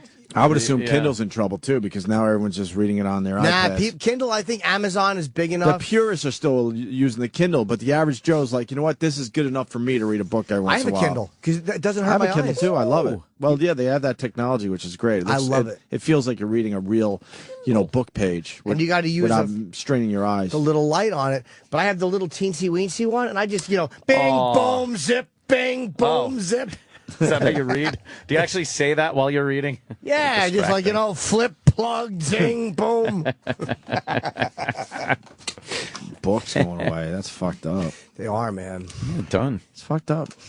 Done ski. I don't think you would read. I don't think you read more books because it's on a Kindle. Because you used to go through a bookstore and you just would go, you know what? And you just pick up a bunch of dumb little things. You're not going to do that anymore, I don't think. No. As much, anyway. Yeah, I kind of love Who the knows? books. You know what? They do take up a lot of room, dude. I hate having books in my house. They take up a lot of room. I throw them away as soon as I'm done. You don't put them on display? You don't display your books? The signed ones. I don't know. That seems to be maybe something you do in one of those houses that kind of, you got books. Maybe a signed book or something, sure. But as soon as I'm done with a book, I throw it away or I leave it behind for somebody else. I have so many signed books I got to put in storage. I burn them while yelling out fucking horrible rhetoric. Nice. What's up with Jim Abbott? Okay. Oh, yeah? Waiting. So, Jim, go. Walk us through it. You're on that mound. Oh, God. You jostle that rosin bag. You're looking into the heart of the abyss. What goes through your mind? That's good. We could talk about the hooker that accepts burgers as payment. Is that the That's type of just sad, right? Is that the type of hooker you would get, Jimmy? One that would accept burgers? It's a dream come true. No, I wouldn't like my car smelling like burgers. Hey, anyone want a hamburger? That's just sad. They were doing a little that vicing. Man, I will suck your dick. It's just sad. What you say? Mm-hmm. Florida detective was trolling for hookers when he pulled up to a 47-year-old suspect and asked if she wanted a ride. The woman accepted the offer, got in the undercover vehicle, and engaged in a conversation about sex.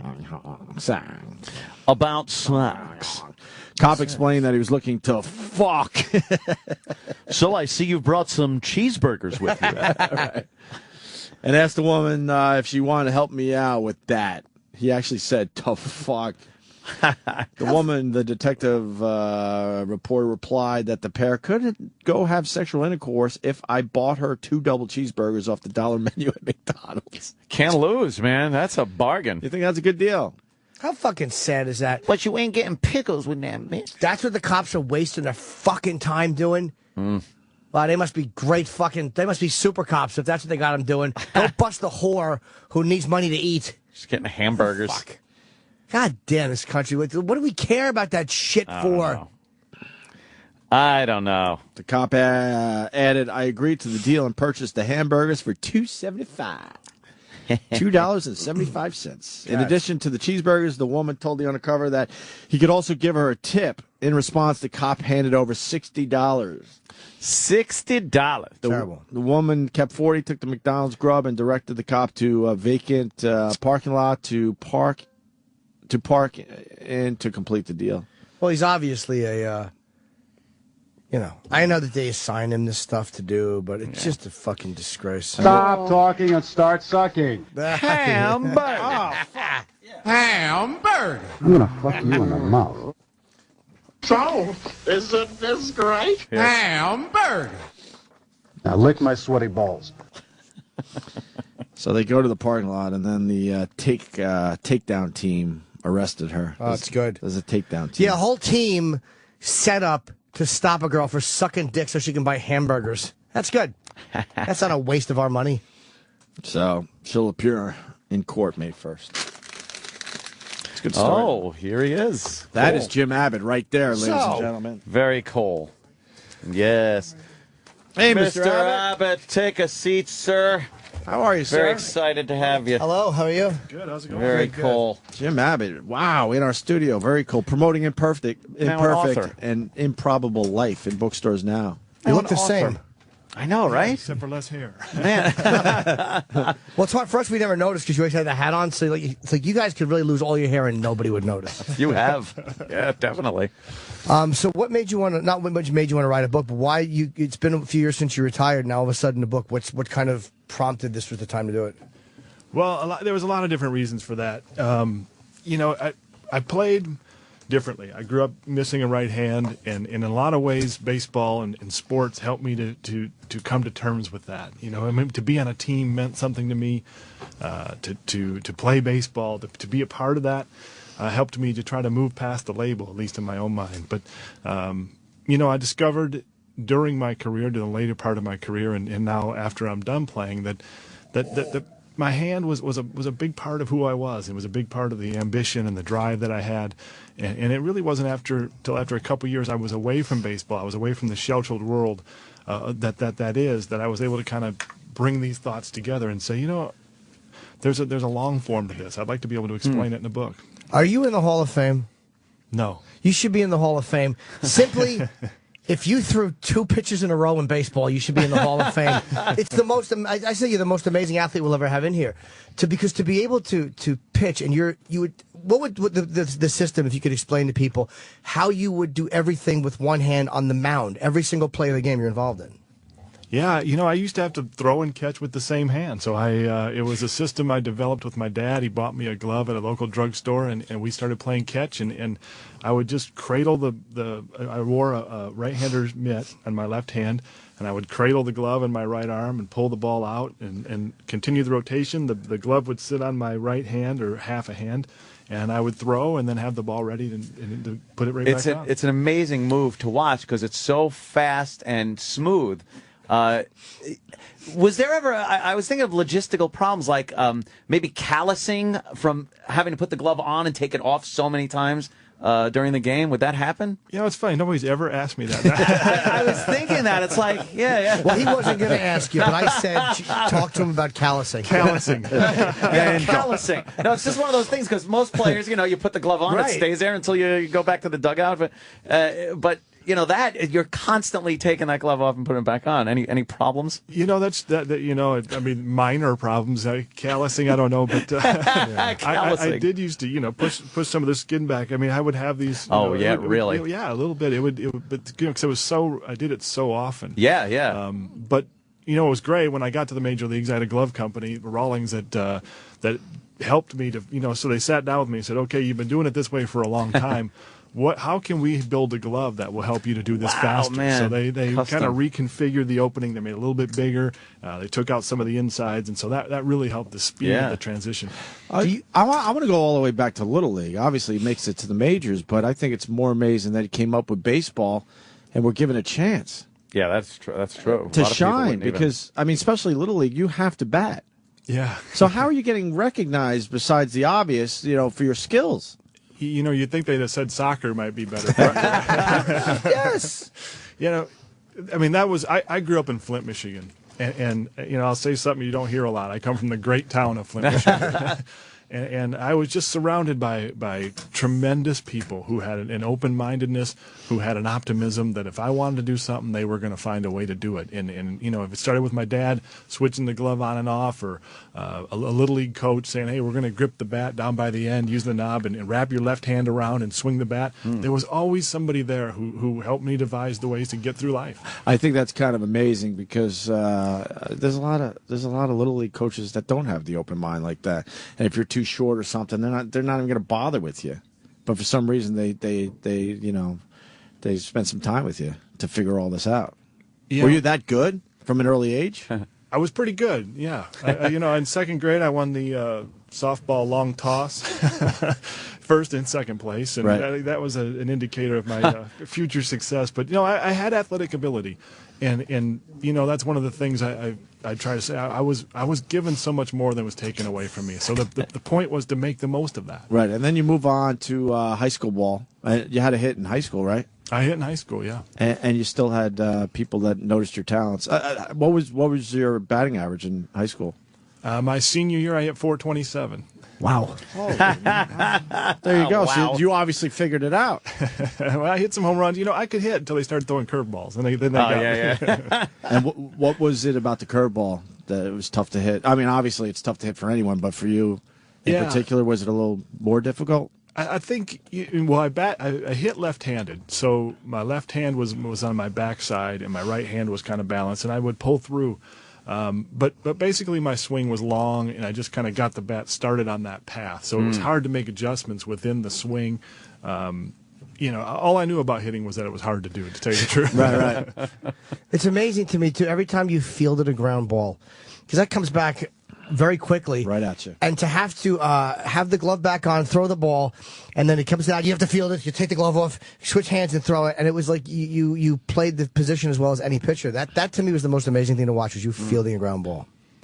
Well, you had to take advantage of those outs. Those outs come at a premium, and you better be able to field your position. And I took great pride in that. I played for the Angels out in L.A., and we had a great old coach, a guy named Jimmy Reese, who was in his 80s when I got there. And Jimmy used to walk out during batting practice. He had this cut-off fungo bat that he cut in half so it was light, and he wielded this thing like a weapon. He could hit ground ball after ground ball with perfect timing, and we'd go out in the outfield. He'd put two hats, separate them, and he'd do 10 in a row. If he got one by you, you owed him a Coke, and if he didn't, he owed you a Coke. And it was a fun game, but I really credit him in those drills with helping me to find the rhythm of following through and then getting that glove back on and being ready. And people who know baseball, I mean, the most amazing thing was that you threw a no-hitter. Yes, it was in Yankee Stadium against Cleveland, and it's amazing for any pitcher. 1993. 93. Right? I thought it was later than that. I didn't realize that was so many years ago. What was there? A few errors in that game? I'm trying to think if that's the game I remember where Shane Spencer made an error. No, am I thinking of a different? No, there was. I don't think there was any errors. As a matter of fact, there were some great plays. Wade Boggs made a diving play. Got Albert Bell by one step late in the game. Yankee Stadium erupted. Right. That's kind of like when everybody was invested in it and doing that countdown. And I walked a few guys. It wasn't a perfect game. Hence the book is the book that I wrote is centered around that game and the idea of the game not being perfect, but being great and memorable. And I love the game because it's given me a great connection with the city and with the Yankee organization and the great Yankee fans. How'd you feel about the press coming to New York? Because that's something that everybody talks about when somebody comes to New York for the first time. Were they nice to you? They were nice to me. They were, all in all, they were fair to me. And I didn't pitch as well as I hoped to here in New York. I came with great expectations. They traded some good players to get me here, and I let some people down professionally here. I didn't, and the media treated me the way they should have treated me. For somebody who came here with high expectations, they wrote exactly what they should, and in some weird way, that was exactly what I wanted. Oh, really? I didn't want the focus to be, oh, right, exactly.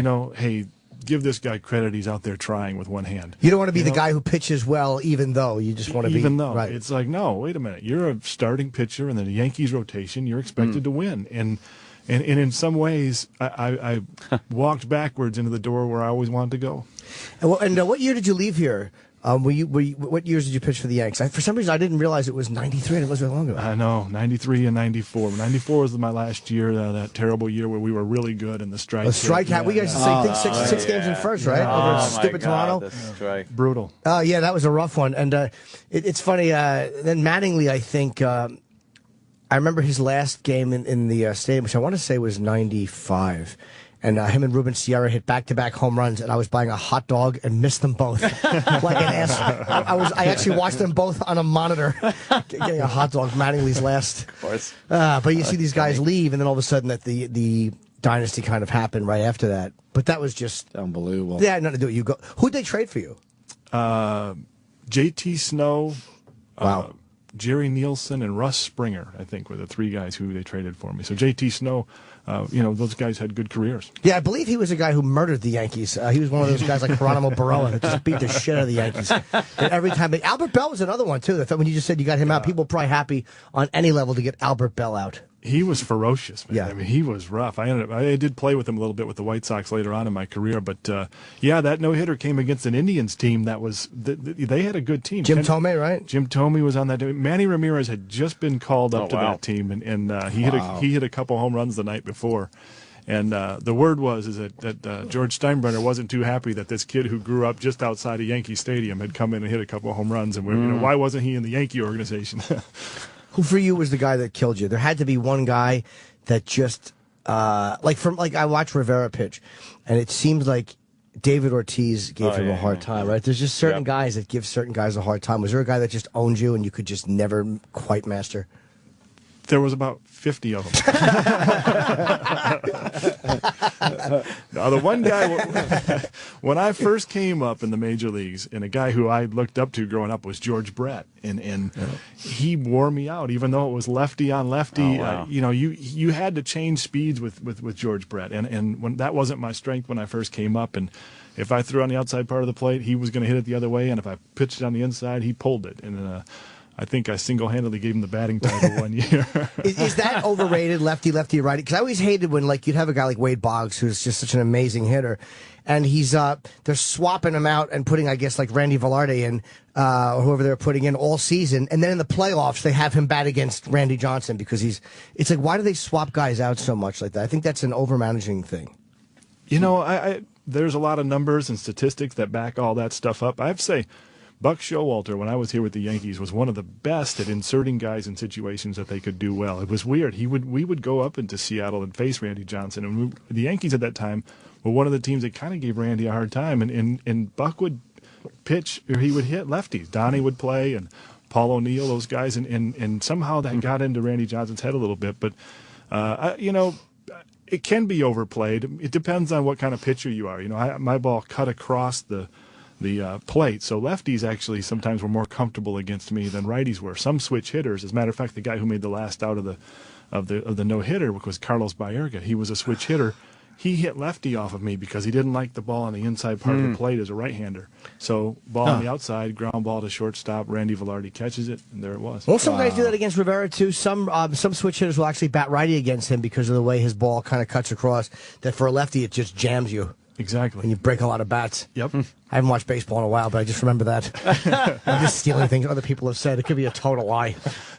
Anything different about the game now that you look at, whether you like it better or you don't think it's as good as when you were playing? I like it just as much. Yeah. You know, I'm an Angel fan. I live out in Southern California, and they're my baseball family. So, you know, the game this time of year, it's great. You know, it's starting back up. Everybody's excited. You know, the Angels have Albert Pujols out there, so people are fired up. It's going to be a great year. And I can't get over the popularity of it. You know, for a while there, when the strike happened, there was some real backlash about the game and this and that. And now I was just down in Florida, and I hear stories of people buying spring training tickets for $85. You know, and I mean, you know, these replica ballparks. I was in Arizona, and you know, they're playing spring training games in fields that used to be nicer than the stadiums that they'd go home to. I mean, it's a great time for baseball. I think people are excited about it, and it's such a great day when you go out and it's a nice day out, and you're just sitting in the park because the game is just part of what's going on there. It's something that you can't really capture watching it at home or anything. It's just I love going to the stadium and watching a game. It's a lot of fun. What do you miss the most about it? Like it's always interesting to me for athletes because you guys at one point have to hang it up and have to stop and then start doing something else. What for you is the hardest part to not be involved with? You know, the paychecks. Oh, yeah. He's being honest. He's the first guy that said that. Thank you for being honest, Jim. No, you know, honestly, that was we'd have played for half, or you know, it's just to be able to play a game for a living was incredible. I miss the spring training. I really miss. I miss that. You know, I mean, it's such a kid's game, and you can spend hours on end working on your fielding. You know what I mean? You can work hours on end on just covering first base, and very few things in life I've found afterwards are you able to specialize and narrow down your focus and your efforts to one thing so completely. So I miss that, but I don't miss the game. I'm a fan of it. I'm so thankful for the time that I had in it, and I'm appreciative of the affiliation that I have with Major League Baseball, with the Angels, with the Yankees, and I'm happy doing what I'm doing now. So you are comfortable still being kind of involved on it, but not on a peripheral, but not the day-to-day grind. Yeah, it is a grind, and that's something I try to talk about in the book. Is that it's tough, it's competitive. You know, I met a general manager one time who said, I was looking for the guy to replace you this morning. Oh, wow. But he said that to everybody. I mean, there's always somebody who wants to take your spot in the rotation. So if you're on the top of your game and you're doing well, man, there's no better lifestyle. There's nothing better in the world to do than to play baseball. But if you're struggling, if you're fighting, if you're stuff like mine was at the end of my career, you have to be perfect every time out. It's a struggle. And the book, just so you know, is called Imperfect, An Improbable Life. We're talking to Jim Abbott, of course, the ex-Yankee pitcher through that amazing no-hitter in 93. And you're signing tonight, too. We should get that out there, too, because there's so few bookstores left. 7 o'clock. It's actually not far from where we are. Barnes & Noble on Broadway and 82nd. It's a great Barnes & Noble. So even if it rains, you'll be inside. It's not like a little shitty bookstore where you're going to be standing outside. And it's a great chance to meet a really a legendary pitcher. How did you know that it was time to step down? Like, what happened? Did nobody offer you anything? Or did you just go, like, I can't do this anymore? There's an old saying in baseball, the hitters will let you know. All right. And it was loud and clear. Every time out, I was struggling. I made a comeback. I was released by the Angels, which was a painful process. And I spent a year out of the game, and I was young. I wasn't yet 30, and I was looking around, and I missed it. And so I made a comeback. I went to the minor leagues, and I signed with the White Sox. I played in Hickory, North Carolina. I was a crawdad. I was a Hickory crawdad. I was a Winston-Salem warthog.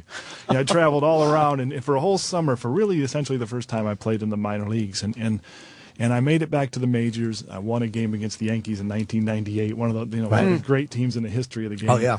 And played a little bit the following year with the Brewers and worked my way back into the bullpen, worked my way back into the end of the bullpen. And I just knew that wasn't how I wanted to play. I wasn't contributing anymore. Is it embarrassing or is it ego deflating when you're going back to try to fight to get back to where you were, as opposed to going down to the minors for an injury? Is it harder to do that? Like, does your mind kind of like, God, these guys know that I was there, but now I'm here? Absolutely. I mean, yeah, you get sent down to the minor leagues for the. I went from the Olympics to the major leagues, and it was good timing. I was in the right place at the right time. But so all I ever knew was the major league lifestyle, and to get sent down to the minor leagues was, in some ways, eye-opening and a little refreshing. But you're sitting in a clubhouse that you're looking at the TV, and of course the major league game is on, and you're looking at your friends, and you're looking at these stadiums that you know every smell and nuance of, and you want so bad to get back, and that distance seems incredibly long. That sounds brutal, though. Yeah, that really I never thought of that. Watching brutal. a real, not a real, but a major league. Real game. I caught myself. Watching a real baseball game. I say, I described it perfectly. You described that perfectly. Yeah. Hey, there's rumors that you used to hit home runs in batting practice. Rivera says that he swears you used to hit home runs. I did hit a couple home runs off of Ron Guidry. Really? Wow. Ron used to come to spring training and throw batting practice, and we'd hit and kind of have some fun. I don't know exactly why we were doing that, but Mariano Rivera was a young kid, just about ready to break through when I was there, and I found that funny that he remembered that. Yeah. Were you playing when they had that game? Because my first memory of Rivera, he was a starting pitcher, I think he started as, is when he it was against the Mariners, who that year had just kicked the crap out of the Yankees. And he was brought in, I think, with the bases loaded and nobody out, and he shut down the side. I want to say it was 90. Might have been 95. You might have been gone already. Where were you in 95? Yeah, I know. I was gone in 95. He wasn't there when I was. Okay. How good does it feel to go back and beat a team once you're gone from them? It feels pretty good. It feels pretty good. That game that I mentioned, that I made that comeback, and I started in Hickory, North Carolina, and I'll never forget. It was September of that year, finally, when I made it back to the big leagues, and they called me up and said, good news, you're back in the big leagues. Number 25 is hanging in your locker, Comiskey Park. Bad news, you're pitching against the Yankees Saturday night. Oh man, yeah. And they were one of the great teams ever. I mean, they were, and there's Derek Jeter, and there's Bernie Williams, and Paul O'Neill, my friend, and pitching against Andy Pettit that night, and we beat them. We beat the Yankees that night, and one of the great moments and highlights of my career, Joe Torre walked by, and a classy man. I knew him when he was an Angel announcer, and he kind of looked at me and shook his head. He had this mock indignation, and he had this piece of peppermint gum in his hand, and he fired it at me. Hit me right in the chest, and he gave me the thumbs up. Right on. And he said, welcome back. Hey, Jim Abbott's got to go in a couple minutes, but I want to go back to your childhood real quickly. Your parents obviously didn't coddle you. I've read that over the years. You're born with a half a hand. How do they handle that with you and allow you to take care of your own problems and issues in school? Especially. That was one of the things in the book I wanted to pay tribute to, is my parents. Right. Their strength, and they didn't coddle me. They didn't shield me from experience, and they didn't say, "Hey, soccer makes more sense for you." If you want to play baseball and your grades are good enough, that's fine. And what I love about my parents is that they made me feel as though I was special for being born this way. And I know special is a word that has a lot of connotation, but it was a responsibility. My dad said, you what's been taken away once will be given back twice. And this is something to be lived up to, and you have the ability to do that. And that was the gift my parents gave me. Wow. And were the kids overly mean, or how did that work out as you were growing up? Kids can be cruel, for the most part. But how'd you get through that? Baseball. Really? Baseball, man. Basketball, football, shooting hoops. There were a lot of times I went out there and shot hoops till I, was sweating and go inside and I just fought my way through it, But in sports, I encourage people to find something you love to do, and then you can channel that passion. And that mound was a place for me to fight back against low expectations. That mound was a place for me to go out and prove myself, and I'm so fortunate to have had that venue. Wow. And you're an inspiration, obviously, for a lot of other people. Oh, shit, yeah. Born with handicaps, or people saying you can't do it. I mean, you must have heard that your entire career, that you've inspired a lot of people. We're surrounded by influences, what we can't do, right? And Lance Armstrong, in his book, described them as the daily creeping negatives. And I love his use of the words daily and creeping, because we're surrounded by these things, and yet, if I had one purpose in the book, and there were a few, but I just want people to know that the situation that you're in or the condition that you were born to doesn't have to define you. You know, with optimism and creativity and belief, amazing things are possible. You've proven that, absolutely.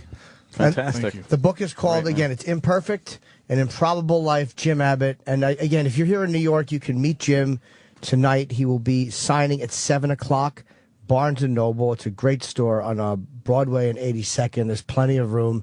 And a book signing is a fun thing to go to. Yeah. You start getting more eager as you get up to the front. And then sweaty hands. Yeah, just don't ask Jim any stupid questions. We've covered all of them.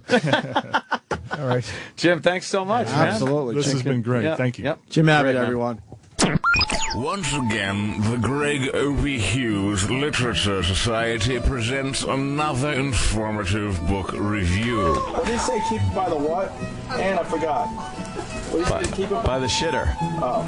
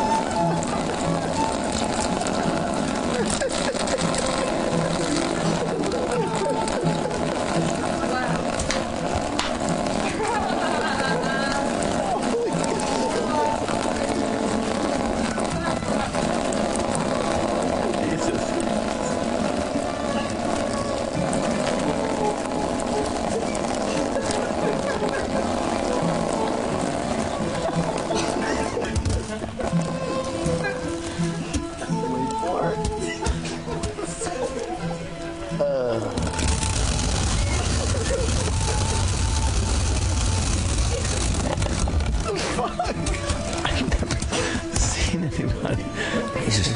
Would you have for breakfast a sponge? Stay tuned for more book reviews courtesy of the Greg Opie Hughes Literature Society and your friends at the Opie and Anthony Show. Hey, now, this is D.L. Hughley. Hey, this is Brewer. Hey, everybody, it's Joel McHale. Hey, this is Jim Jeffries. Hey, this is Jimmy Fallon. You're listening to Opie and Anthony. Oh, I'm sorry. Hey, this is Jimmy Fallon. You're listening to Opie and Anthony. I miss talking to shitty authors. I forgot all about that. The time I peed on the guy's book while he was on the phone. I used to love when Jimmy would take a book and go, and it says here on page, and you would rip it out as you're trying to interview the guy. We got to get some shitty authors back on the program. Jim Abbott was great, right? Yeah, he was so nice. Really nice man. Nice guy. Just a nice guy.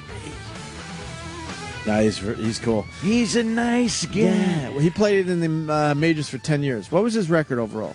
It was a losing record. I want to say 83 and 100 and something. It was like that. He lost more than he won. He did. Yeah. Can you look it up, Sam? I don't have it in front of me. Oh, boy. It might have been like, 83 and 115 or some shit. Wow, why was that? I don't know. I mean, again, he had a high, like, 4-something ERA, but I imagine that his... I don't know. Let me see. What's his record? 4.25 ERA. Yeah, 87 and 108. So he lost, I guess, 13, 21 more games. And the reason I thought he should be on the Hall of Fame is, and I guess they're just treating him like any other pitcher. And that's not necessarily a Hall of Fame record, but what he did was so amazing. Yeah, you got to make special, Dude, they had one hand and he threw a no-hitter. It's it's never going to not amaze me. It should be in that weird wing of the Hall of Fame. Yeah, exactly. With the midget and... I'm just fucking around. Sorry, Mr. Abbott. He was great. Jeez. Of course he was great. But apnea... What an inspiration. Yeah. But apnea, what are you talking about? Nothing. I just... We're going from a one-handed... I know. I just was thinking... No-hitter to apnea. Just thinking about getting some apnea masks. I just wish there was a place to go to get them. Oh. But there might be. Yeah? Where? Are you having trouble sleeping? Gregory, are you snoring? Are you gasping for breath? Is your tongue slowly murdering you by collapsing? Slowly. Your tongue's a murderer! Maybe you could help out Jim Norton, because he's having a problem sleeping, Ted. I've heard that! Yeah. How about you, Samuel? Is your soft palate collapsing like London Bridge? It's It's a song we sing at Ted's Sleep Apnea Mask Emporium. Oh, wow. Your soft palate's falling down, falling down. Your soft palate's falling down, my fair lady. We haven't fixed the my fair lady part yet. Yeah, that doesn't quite It fit certainly in. doesn't, Anthony. It's a great point. You'll get there, though. Now, Yes, there are so many masks. There are so many newfangled sleep apnea masks. What kind of different masks do you need? Well, you need constant air blowing into the sinus. So what I'm doing is I've designed a fishbowl, and you squeeze your head into it. Like a diving bell. Yes, you do exactly like a okay. diving bell. But the hard part is cramming in the pillow and putting your head backwards. And we have a Rolls-Royce jet engine that blows air up your nose and into your throat. That sounds a little bit, well, not only dangerous, but probably expensive to buy a jet Yes, engine. it's a $400,000 mask. It also sounds very loud, Ted. It certainly is. That's a great point, Gregory. How the fuck are you going to sleep with No a jet one's been engine able blowing to. air into your face? Oh, yay! So no one sleeps, so how does the mask even work? Well, at least you're breathing, for Pete's sakes. Oh, well, he's got a point there. Your tongue is murdering you, Anthony. It's collapsing. It collapses. It's conspiring against you. How does it collapse? I don't It just kind of lolls back. You know, the tongue was told to stand down. You must push because the tongue's not on your side, Bubba. Sounds like a conspiracy. Yes, it violated the most basic protection things a tongue can do. It collapsed on top of the throat and murders people. Reggie White's tongue is a murderer. I also have a very good idea for drivers where you could take a hose and allow the exhaust to blow into your nose directly. Oh, Ted, Well, now that you would be know, very Ted. dangerous. Come on, you That know could that's kill you. carbon monoxide. I don't know. I've given quite a few of those machines out. Nobody has called to tell me how they liked it. Bunch of ingrates. They're probably all snoozing. Well, you never get calls from happy people, so I guess they're doing good. That's a great point. And the whole fishbowl thing, what happens is sometimes the jet engine blows dust into their skull swelling, so people can't get it out, so they have to break it. You have to break your fishbowl every morning. Does that happen? Yes, you do. Are you expecting to make money off this idea? I certainly am, Sounds Gregory. crazy. All I got to do is sell 300 of them, and I'm rolling in the dough. Rolling in the dough. So that's, what is it, Ted's? Sleep apnea mask emporium, Anthony. And what do you sell? Sleep apnea masks and apparatuses. All right. And then there's the one where you could just duct tape it over your nose and mouth because those straps are so uncomfortable. Well, I think that would cause a lot of breakouts and stuff. Yes, that's an excellent observation because I offered the strapless mask and people really wanted it. So I'm like, here, just tape this on your face. Tape not included. That sounds like a bait and switch to me. That's a good point. That's what the lawyers are calling it. And the jet engine's very loud. Yeah, it's very loud. And it just blows air directly into the fishbowl, which your head is in, and you're on a pillow. That doesn't sound very well thought out at all. I've been told it's uncomfortable. I certainly won't use it. And what about fuel? Like, how do you fuel a jet engine like that? It's got to be. It's not very cost I guess effective. you're going to have to go to Ted's Portable Gas Pump Emporium and buy yourself a little gas pump. Well, you need jet fuel for that. Yes, you do, Anthony. Not easy to get, Ted. Very difficult, Gregory. No. It sounds. You'd be surprised. How much expensive? How much money have you lost on this idea so So far? far, I'm down $2.5 million in research and lawsuits because people are going blind when their life partner breaks the fishbowl in their head because they're suffocating. I think it would be hard to get zoning for a Very residential difficult, for a yes. jet engine. I never thought of any of these things. But I figure there's a lot of plane crashes and things. Just let me have those engines. I'll save you the trouble. And how safe could it be to have a turbine winding in your yard like that when an animal? Yes, you'd be surprised how angry people get when their engines are missing. Because they tend to jam the engine. They get curious. Oh, Mama, look, air. No, stay away from that. Mama, giant swirly thing. Yes, could definitely. Yes, be and then there's dangerous. a scream and a loud clunk and a splatter against the wall. And darn it, you're going to be up for weeks, not sleeping and gasping and grieving. You might want to put baby-proof that shit. Put That's a fence great around point. it. I probably should. Maybe put a fence around that tent. Well, I had a so that warning doesn't sign happen. posted. If You you're under the age of 2, stay away. That's got to work, man. Thank you very much, Gregory. Yeah, very good. Another emporium that's going to not do well, Ted. So far, the financial aspects are not as I'd hoped. I figured I'd sell these things and be rolling in glory. What's your stock up to? What is the emporium stock up to? Well, the share is worth $4 million, but I only have one and I own it. One share. Yes, my portfolio is not good. $4 million. Yes. Oh, one I share. invested a lot of money in soybean hats. Why soybean hats? Because I figure they're delicious. But you don't can want wear a hat, stay dry, and then have lunch. That was the Eat your hat, tagline. right. Oh, my God. Oh, Ted never learns. No, he's another bad idea. Yet another horrible idea. I just checked my Twitter. I didn't realize I said sweaty hands in front of Jim Abbott. They're killing me for that. Oh, you did? Well, because Norton was setting up the whole waiting online thing, and I'm like, you get closer and you have sweaty hands. Oh, no. Everybody was very conscious of the hand thing. He reaches out with his left hand, I noticed. Yeah. Because I went for the I didn't actually move my right hand for the shake, but that thought went in my head like I want to now shake the man's hand. I don't know what to do. But I didn't make the actual movement, and I think he feels that all the time, so he quickly put his left out. Oh, see, I just didn't shake. I felt bad. But I want to didn't give know him the what to do. right-handed shake. Why not? I don't care. Do you care? Grab that. Yeah, grab it, give it a shake. How you doing? And then some asshole goes, how do you not ask Jim Abbott if he's ever fucked a girl with that hand? How do you not ask How do you him not that? ask? Brilliant. How do you not ask that? Really? Because we read the room, and he was a really cool guy. You don't say that. What an idiot. This guy was passionate, though. How do you not? I'd like to see you ask him. Yeah, you do asshole. that. Yeah, you ask him, fudge nerds. The guy gave us a lot. It's a different type of interview for us, that's all.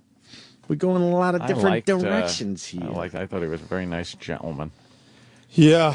Gentleman. Why was the camera crew there? Because I tweeted a picture of Jim Norton and Jim Abbott. I think they're doing some kind of piece on Jim Abbott that they're going to put up on the screen at Yankee Stadium. That's what the camera crew was here for. What's the whole Yankee Stadium thing? What's that angle? Well, they're doing a story on me, and they just want to see different people I talk to. Oh, and he's very one. cool. Oh, wow.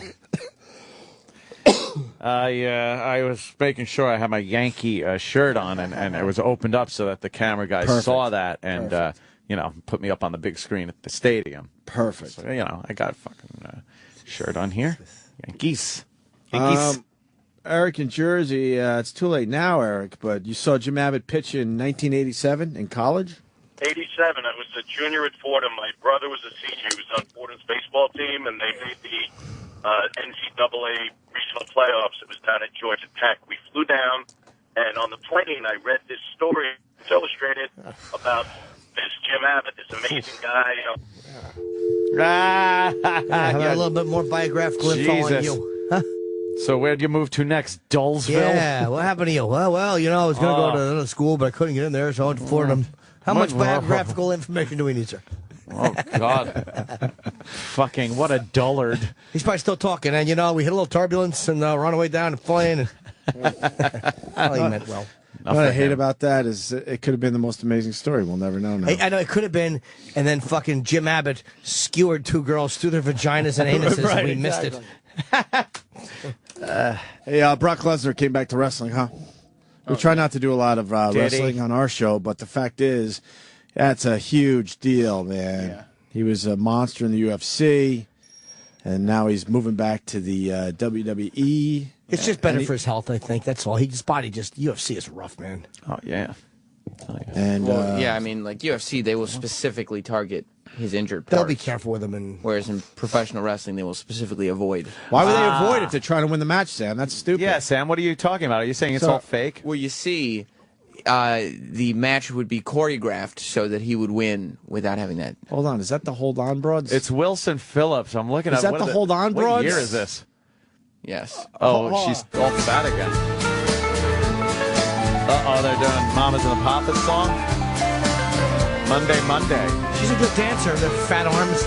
Let's hear.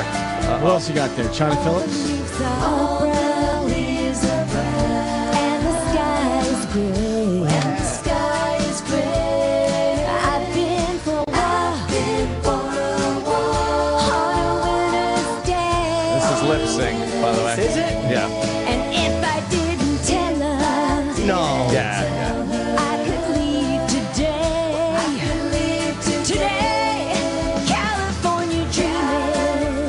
That's horrible. On such a winter's day. On such a winter's day. On such a winter's day. You can hear this version in any bar in America. Yeah. It's just there.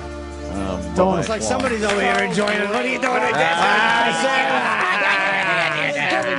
That's terrible. Just did a little bit of dancing with you. That was so fun. Oh, that's fucking awful. You didn't like it? Sarah Palin. My entire Sarah life, Palin. I thought it was got down on my knees and I began to pray. It's pretend to pray. Pretend. Oh. I had no idea until I heard you just say that. Oh, man. Get to the bottom of everything. Great job. Wow, Palin looks good. Yeah, I wouldn't mind giving her the old, She's got tight pants on right now. Tight pants. Did you see the movie on it? Did you like it? I don't do that political shit. So that's just a movie. No, I hear the movie's good. Yeah, actually. and it made her look kind of annoying, but it didn't make her look like, it just showed how unprepared she was. And look, it comes from the guy who fucking ran McCain's campaign, told the story. Did we get deja vu? We mentioned it yesterday. Okay. Wasn't sure if that was a deja vu thing, or if we did talk about it yesterday. The Oprah's admitting that she would have done things differently. Oh, yeah? Yeah. Why didn't she? It's her network. With OWN? Yeah, right? Is it worth, What are you doing, bitch? worth playing the clip or not? I don't care. I don't give a fuck. I'm just trying to find shit that we can talk about. You want to do this or not? Yeah, I know. I'm like, I got stupid allergy shit, too. My lungs are so goddamn heavy right now. Heavy lungs? Like, it's good for that. You're not going to like it. I'll take you inside the show a little bit. Fucking Jimmy's killing with the Ted character, and normally I would laugh pretty hard there because I love that character, and it hurts to laugh today. Which character do you like? I love the Ted. Boy, do I love Ted. Better than Josh? I don't mind Josh either. Good Josh is fun. I don't mind Josh. Josh is a fun guy. Yeah, he the sure worst. is. You don't like him? He's the worst of all the characters. I don't mind Edgar. I actually enjoy Edgar, too. How come you don't like Josh? Because he's a creep. He constantly touches me and gets in my personal space, and he doesn't say anything.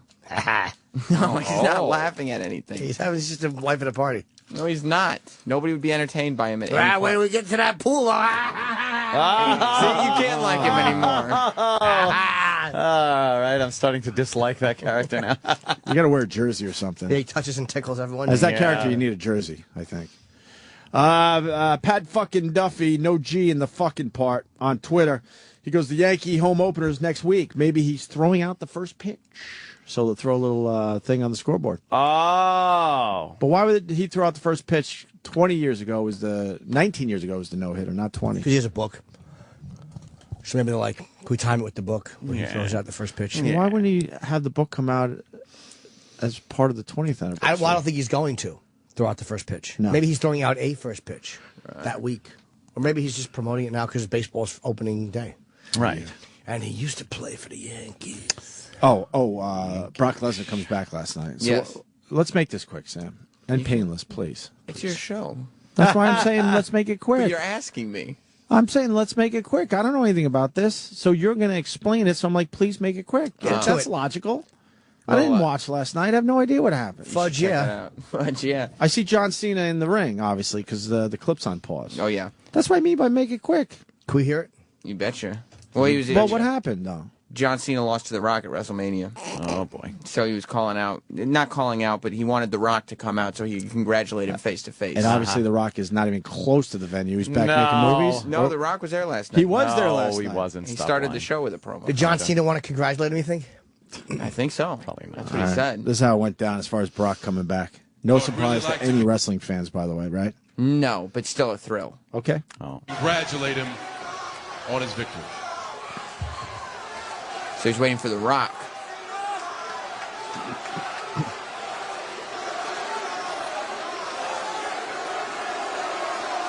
Yeah, he's waiting. He's waiting for The Rock. Oh, maybe he's waiting for someone to come out and do some wrestling.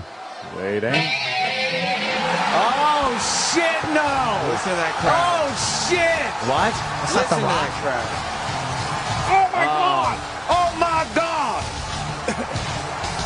Brock is back, says the sign. Oh, man. Wait a minute, that's not the right guy. There's a whole other guy there. Why? Where was the Rocky? How did he not know this was happening? Shit. Oh, no. Brock Lesnar. Oh, my! Oh, shit. The former WWE champion. Well, how about UFC champion? Yeah, maybe. How about you throw that in there? Yeah. That's pretty impressive for him. Why would they mention that? Only 313 it's a views. WWE show. It's more impressive to. Let's say UFC champ. American Airlines Arena has come unglued. Unglued? Fine. Better get some helmets or something like that. Of all the dramatic things I've seen. Oh my God, John Cena knew. That's what he's getting. Brock Lesnar. What? Holy shit. That's nice talk to have for Holy the TV. shit. They're chanting holy shit here at the American Airlines Arena. Let's get an FCC complaint going, man. Yeah. I'm I don't offended. appreciate this holy shit stuff. These guys really know how to milk an entrance. Oh my God. He's still fucking coming into the ring. The moment. And Sam fast Is forward that to his the video. personal music? That's the Brock Lesnar music. Yeah. Why are you singing clapping? You don't think this is what Brock wants to be doing? You think he'd rather be in the UFC? He wants to go where the money is. Yeah? Yeah. He's a big fuck. Oh, shit. He throws his arms up. What's going on? Are they going to duke it out? Are they going to be fisticuffs? Is it going to be a Donnybrook? Are they going to shake it? Oh, no! Oh, shit. Wait a minute. Why did he pick him up? Why is he picking up John Cena and slamming him? Why did he do that? Cena was applauding him. Yeah, he doesn't have a problem with Cena. Sam, help me. Why? He wants to make an impact. Oh, man. Do you think he's gonna be in? You think he's gonna be in contention for the championship? Oh, I don't care. I don't even think he's going to wrestle. I think he just wanted to throw the man down and say, "No, you take that, you." That wasn't very nice of him at all. He was applauding his entrance and being very cordial. And Brock Lesnar decided to pick him up and smash him on the floor. Whatever happened to sportsmanship? I'd love an answer on that. A good handshake between gentlemen. Lack of sportsmanship in this sport. That's I must right. say, I don't enjoy it. Back when my husband was alive, he never would have stood for that. It's not my taste. I'd rather watch my afternoon programs. Not my cup of tea either. My stories.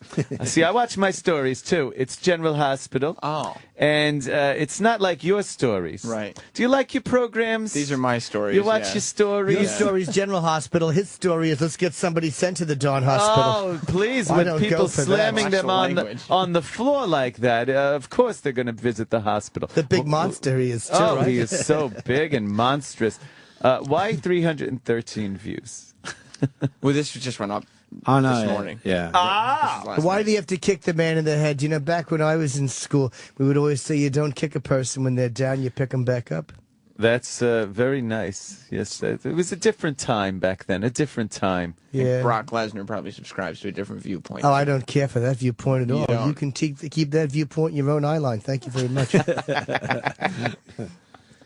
So then what did Brock do? That was it. I hope he said he was sorry.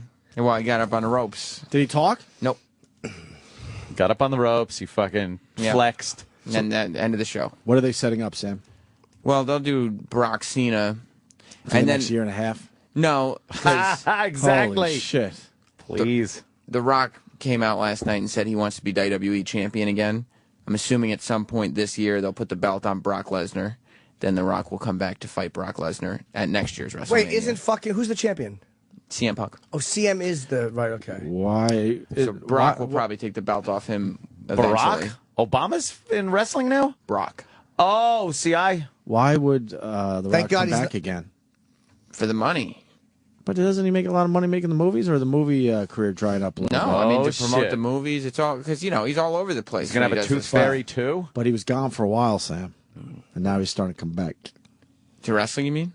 Yeah, he was gone a while, right? Yeah, I mean, he established himself as a movie star, and now he can use it for publicity. Who's bigger? Who would win? Would they have win? Brock or Rock? Brock.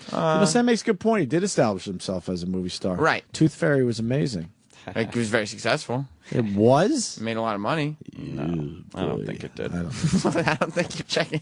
I think you're just making that up because he looks silly in a tutu. I don't know anything. He does look very silly in a Was tutu. that a hit? Yeah. It was a hit. Stop. Come on. I mean, Look Larry it the up. Cable Guy's Tooth Fairy 2 might not have been as big a hit. What? Was he in it? Larry the Cable Guy did Tooth Fairy 2? Straight to DVD.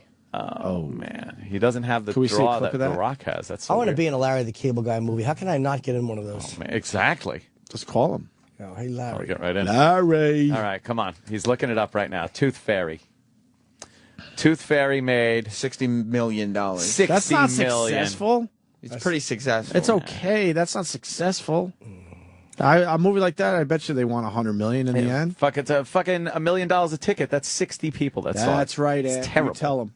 Are you sure? tell $1 him. million? I mean, I didn't see it. It could have been. Well, you It could could have say it was $30 million a ticket until people. You could say that too, Chip. What about Tooth Fairy 2? Tooth Fairy 2. Let's see. Tooth Fairy 2. $1.80.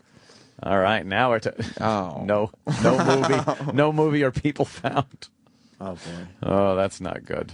Oh, Because it wasn't a box office. yeah, Yeah, it might have straight been to just DVD. fucking- straight to DVD. You want to see the trailer? Yeah, let's see the Oh, trailer. trailer for Tooth Fairy 2. Yeah. I bet the Tooth Fairy says, "Get her done." I didn't even know that this happened. I didn't either. Look at all the dislikes on the fucking Oh video. man! Well, it just Oh, came not out this good. year.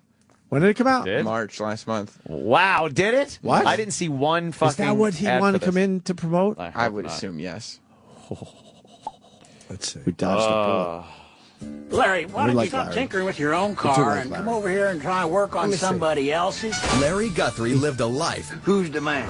without responsibility or direction. Most of these kids are more mature than you are. But after today, Look, I made this for the Tooth Fairy. yay! All that is about to change. You're in violation of the Tooth Fairy handbook. A girl's You didn't making think him the Tooth Tooth Fairies were Fairy. real, did you? Now you're one of us. What happened? I'm a caseworker. Your caseworker. He's wearing a tutu. I am a Tooth Fairy. He didn't ask for it. I'm flying. Oh Wasn't boy! expecting it. He's just he's falling not over everything. prepared It's like an for it. East Side Dave video. That's right. Amnesia powder. It's a good one. This is powdered sugar.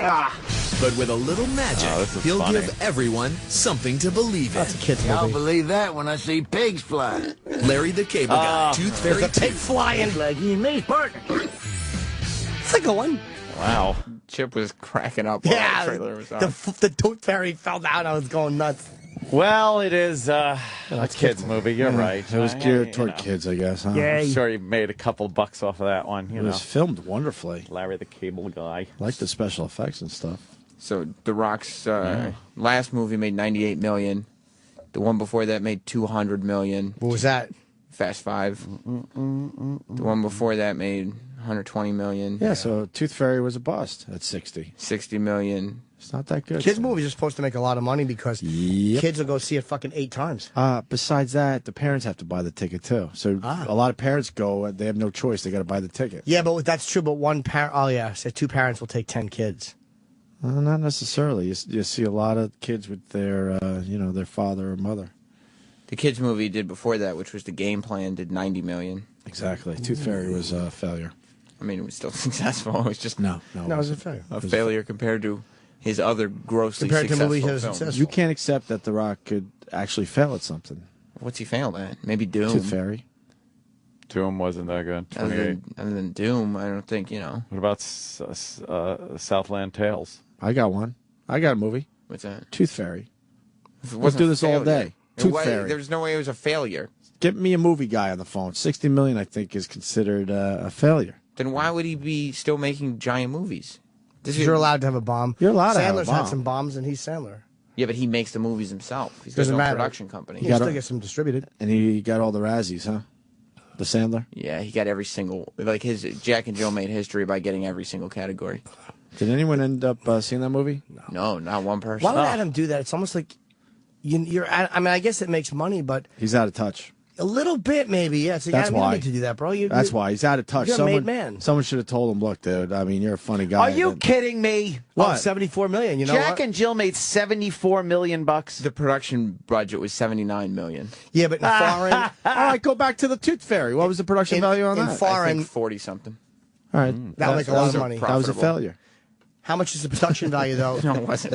Is his salary. A lot of that, $20 million, that might be his salary. Yeah. So a lot of that might be kind of deceptive. I can't imagine $74 million worth of people saw Jack and Jill. And Why? plus It's an Adam Sandler movie. That's a guarantee. People are going to go Plus see it. foreign, it's Another $148 million. The That's guy a makes hit. fucking money. That dude. was a hit. He makes money. That was a fucking hit. Oh, what does Rotten Tomatoes give it? Oh, God. How That's bad? gotta be the worst thing ever. Sure. Come on now. You know, but Rotten Tomatoes. How many tomatoes? Rotten Tomatoes. What are you, tomato face? Holy shit. God, are you kidding me? $74 million. You don't think it was worth it? Who would go to see that? At $1 million a ticket, that's only 74 people. That's true. All right, you got me. 3% on Rotten Tomatoes. 3%. And 38% of the audience. That's not even good. I liked it. It was funny. Shut up. It wasn't. That's not even. little over 1 out of 3 like the movie. Wow. That's way too high, I think. I'd give it a good review.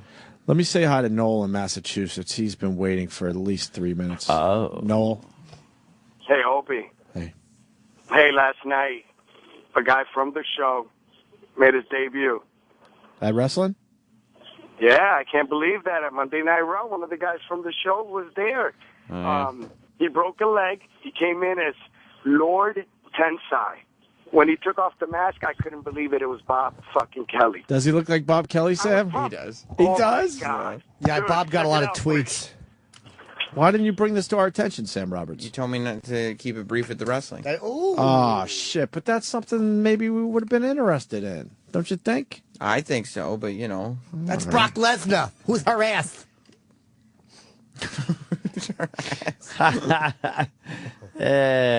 See, how much bigger is Brock than fucking CM? Oh, a lot. He is, right? Is the answer. Is that their website? Yeah. That's Boy, a good they fucking got website. some man. fucking nice website there. All the people you That's can a great punch up in website. alphabetical order. All the superstars. I want a website like that. That is a good goddamn website. I'm going to send my guy there. You know, WWE probably pays a pretty penny for a This is the guy. website. Oh, my God. He looks like Bob Kelly already. See that? Oh, He he's got looks like like a, Bob Kelly. he's got like a black ninja mask on or Right something. there, you did Samurai. karate, Bobby. Did some research on him. We understand it. Who is this guy? Did he wrestle as another dude? Yeah, he used to wrestle as Prince Albert. Prince Albert Ew. in a can. No, on a cock. Ah, right. That's the joke. He was very pierced. Oh, all Right, right. they're He's taking off his shit. Samurai little Oh, my cape God. off, and he's still got the samurai helmet and mask over his face. I This guy. Alex Riley. can't see anything. Let's see. Feeling as he looks at this across the ring. That's Bob Kelly.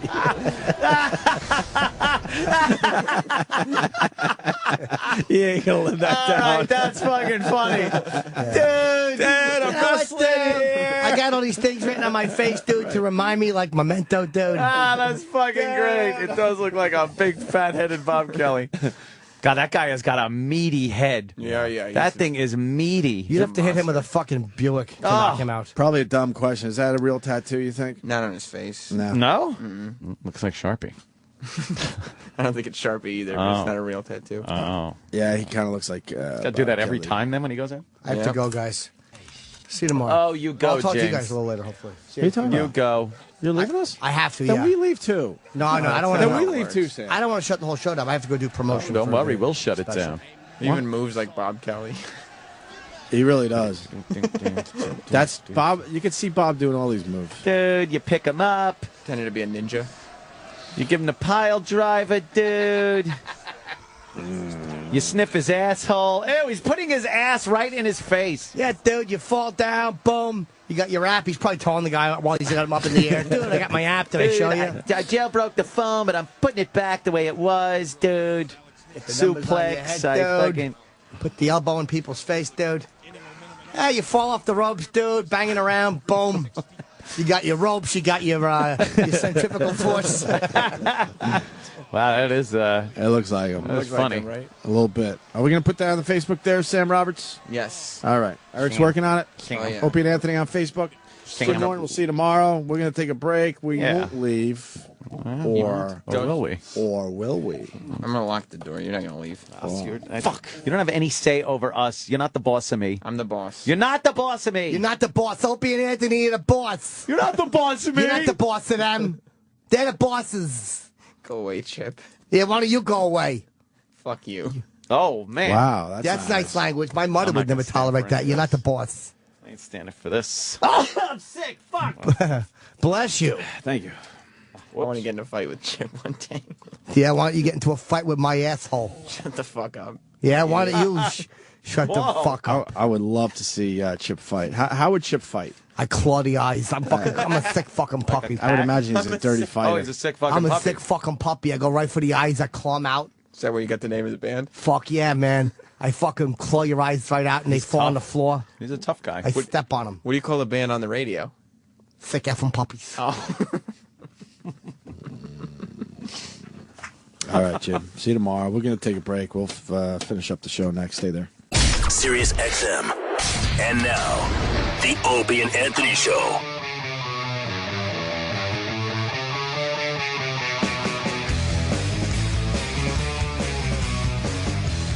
We're going to be filming a promo for Jim Norton's comedy special, huh? And Yes, we are. That is what we're doing today. We have to go down there and do some witty banter back and forth. we haven't Some done repartee. We haven't done witty banter back and forth in a while. Yeah. I mean, on the radio we have, but like in front of cameras and stuff. Ooh. Huh? You've been doing it for years. I said on the radio, yeah, but not like off air. This is funny. Hold on. I just got to... Well, you know, my pool was opened yesterday. I saw the fucking pictures. Yes. Is it almost full? Well, yes, it is. And that's my That's concern. crazy. It's my concern is... Why is there a concern there? well, sir? because I don't want it to overflow. Oh, it's still filling up right now? Yeah. It's still filling up. I So have it's it on filling camera. up faster than they thought? Yeah, I can watch it, though. I know exactly where it is. It's fine, because Ange is going there.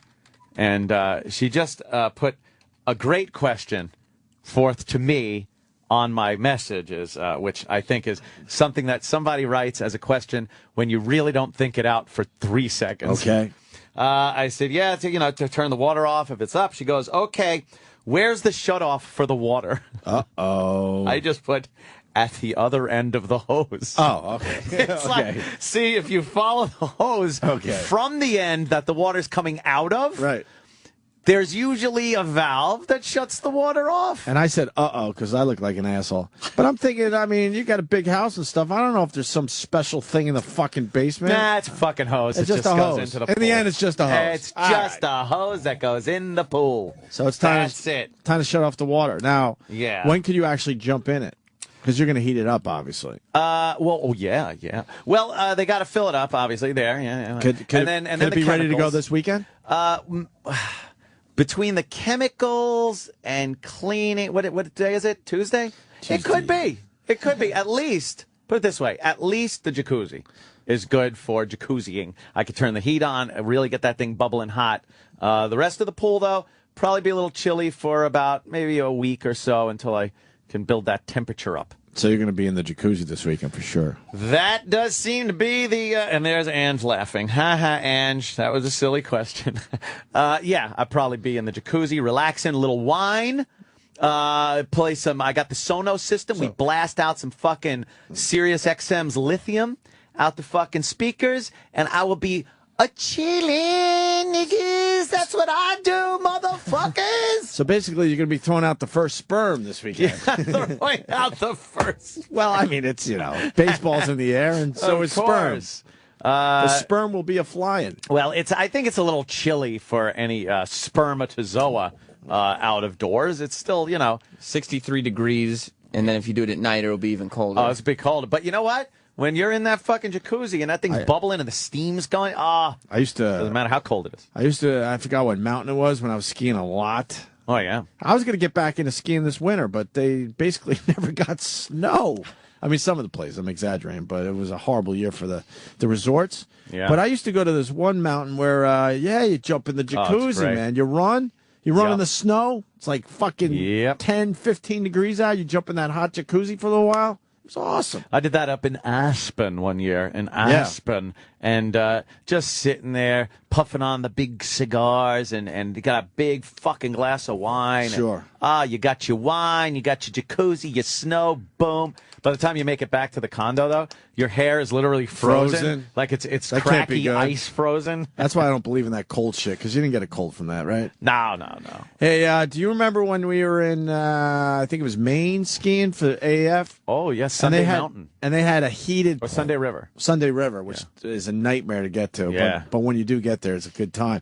Didn't they have a really over-the-top heated pool? Not just a heated pool, but it was like 100 and something. It was almost like a blazing hot. It was almost like a jacuzzi, and an asshole crazy Jim wanted to try to get us all naked. What was that about? I think Jim had an agenda at times. You think? I haven't talked about Crazy Jim in a while.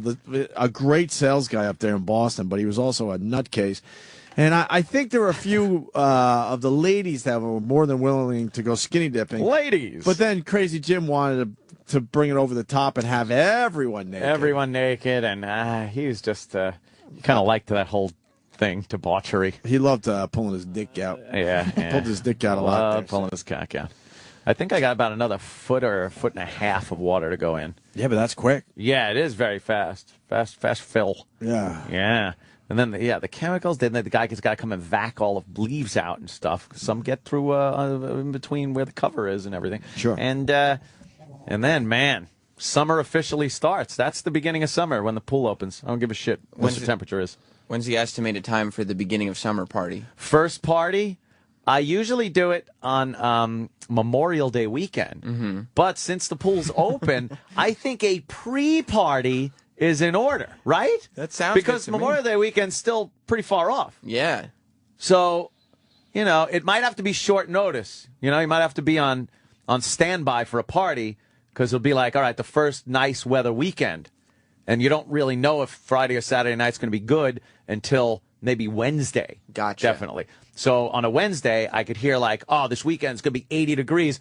Boom! Yeah, Put out the fucking alert. It'll be obvious. You have to go with the alert. Oh, yeah. Got to go with the alert. Can't just plan it. Yeah, like you said, it's so obvious that first fucking beautiful weekend. Indeed. I can't wait. I'm trying to get a summer house this summer. Oh, where? Out Maybe in, I should Hamptons? use the airwaves. Nah.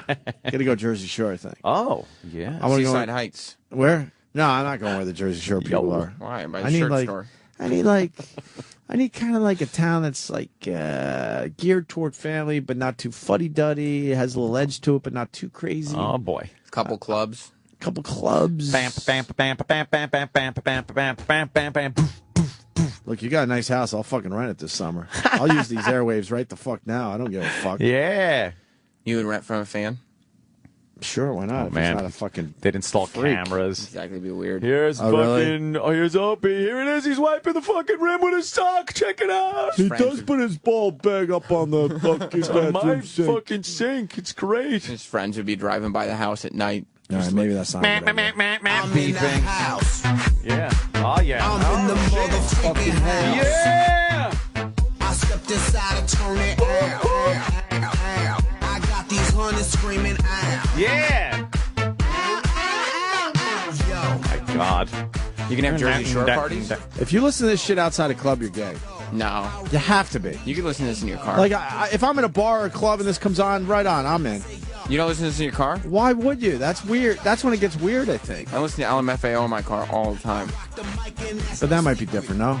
No, this is the same shit as LMFAO. Same shit? All right, then I'm wrong, Sam. What can I tell you? Oh, I don't know. I just about throw this that. shit out there and see if it sticks or not.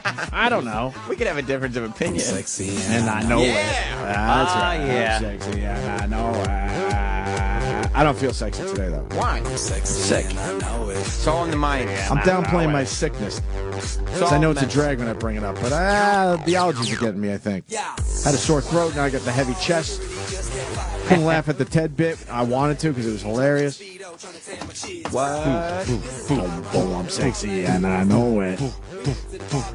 I'm sexy and I know it. You want some of my bass for your voice today, Sam? I got a little extra today. Yeah. People say you have no bass in your voice. Yeah, you really don't. I got a little extra today. You want to borrow a little bit? I'd like to. Squeaky little kid voice. Bring it down. Bring it down. Give me some bass. Oh, yeah. What do you want me to say? See, it's forced with you. Well, yeah, that's what I'm saying. You told me to give it to you, you know. I'm sexy and I know it. See, that was natural. I'm sexy. Very and I bassy know right it. there. That's not my voice.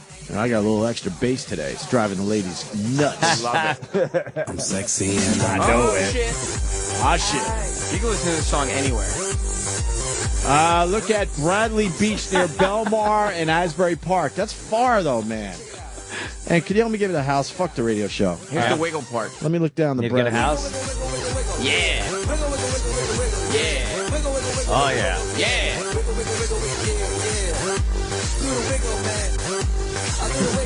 You love this shit, right? Douche Nozzle checking in.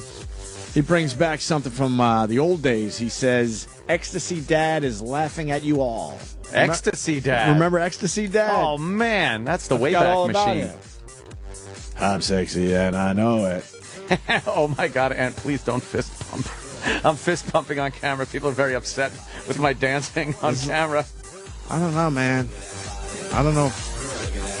I got my hands up in the air. I'm raising the roof.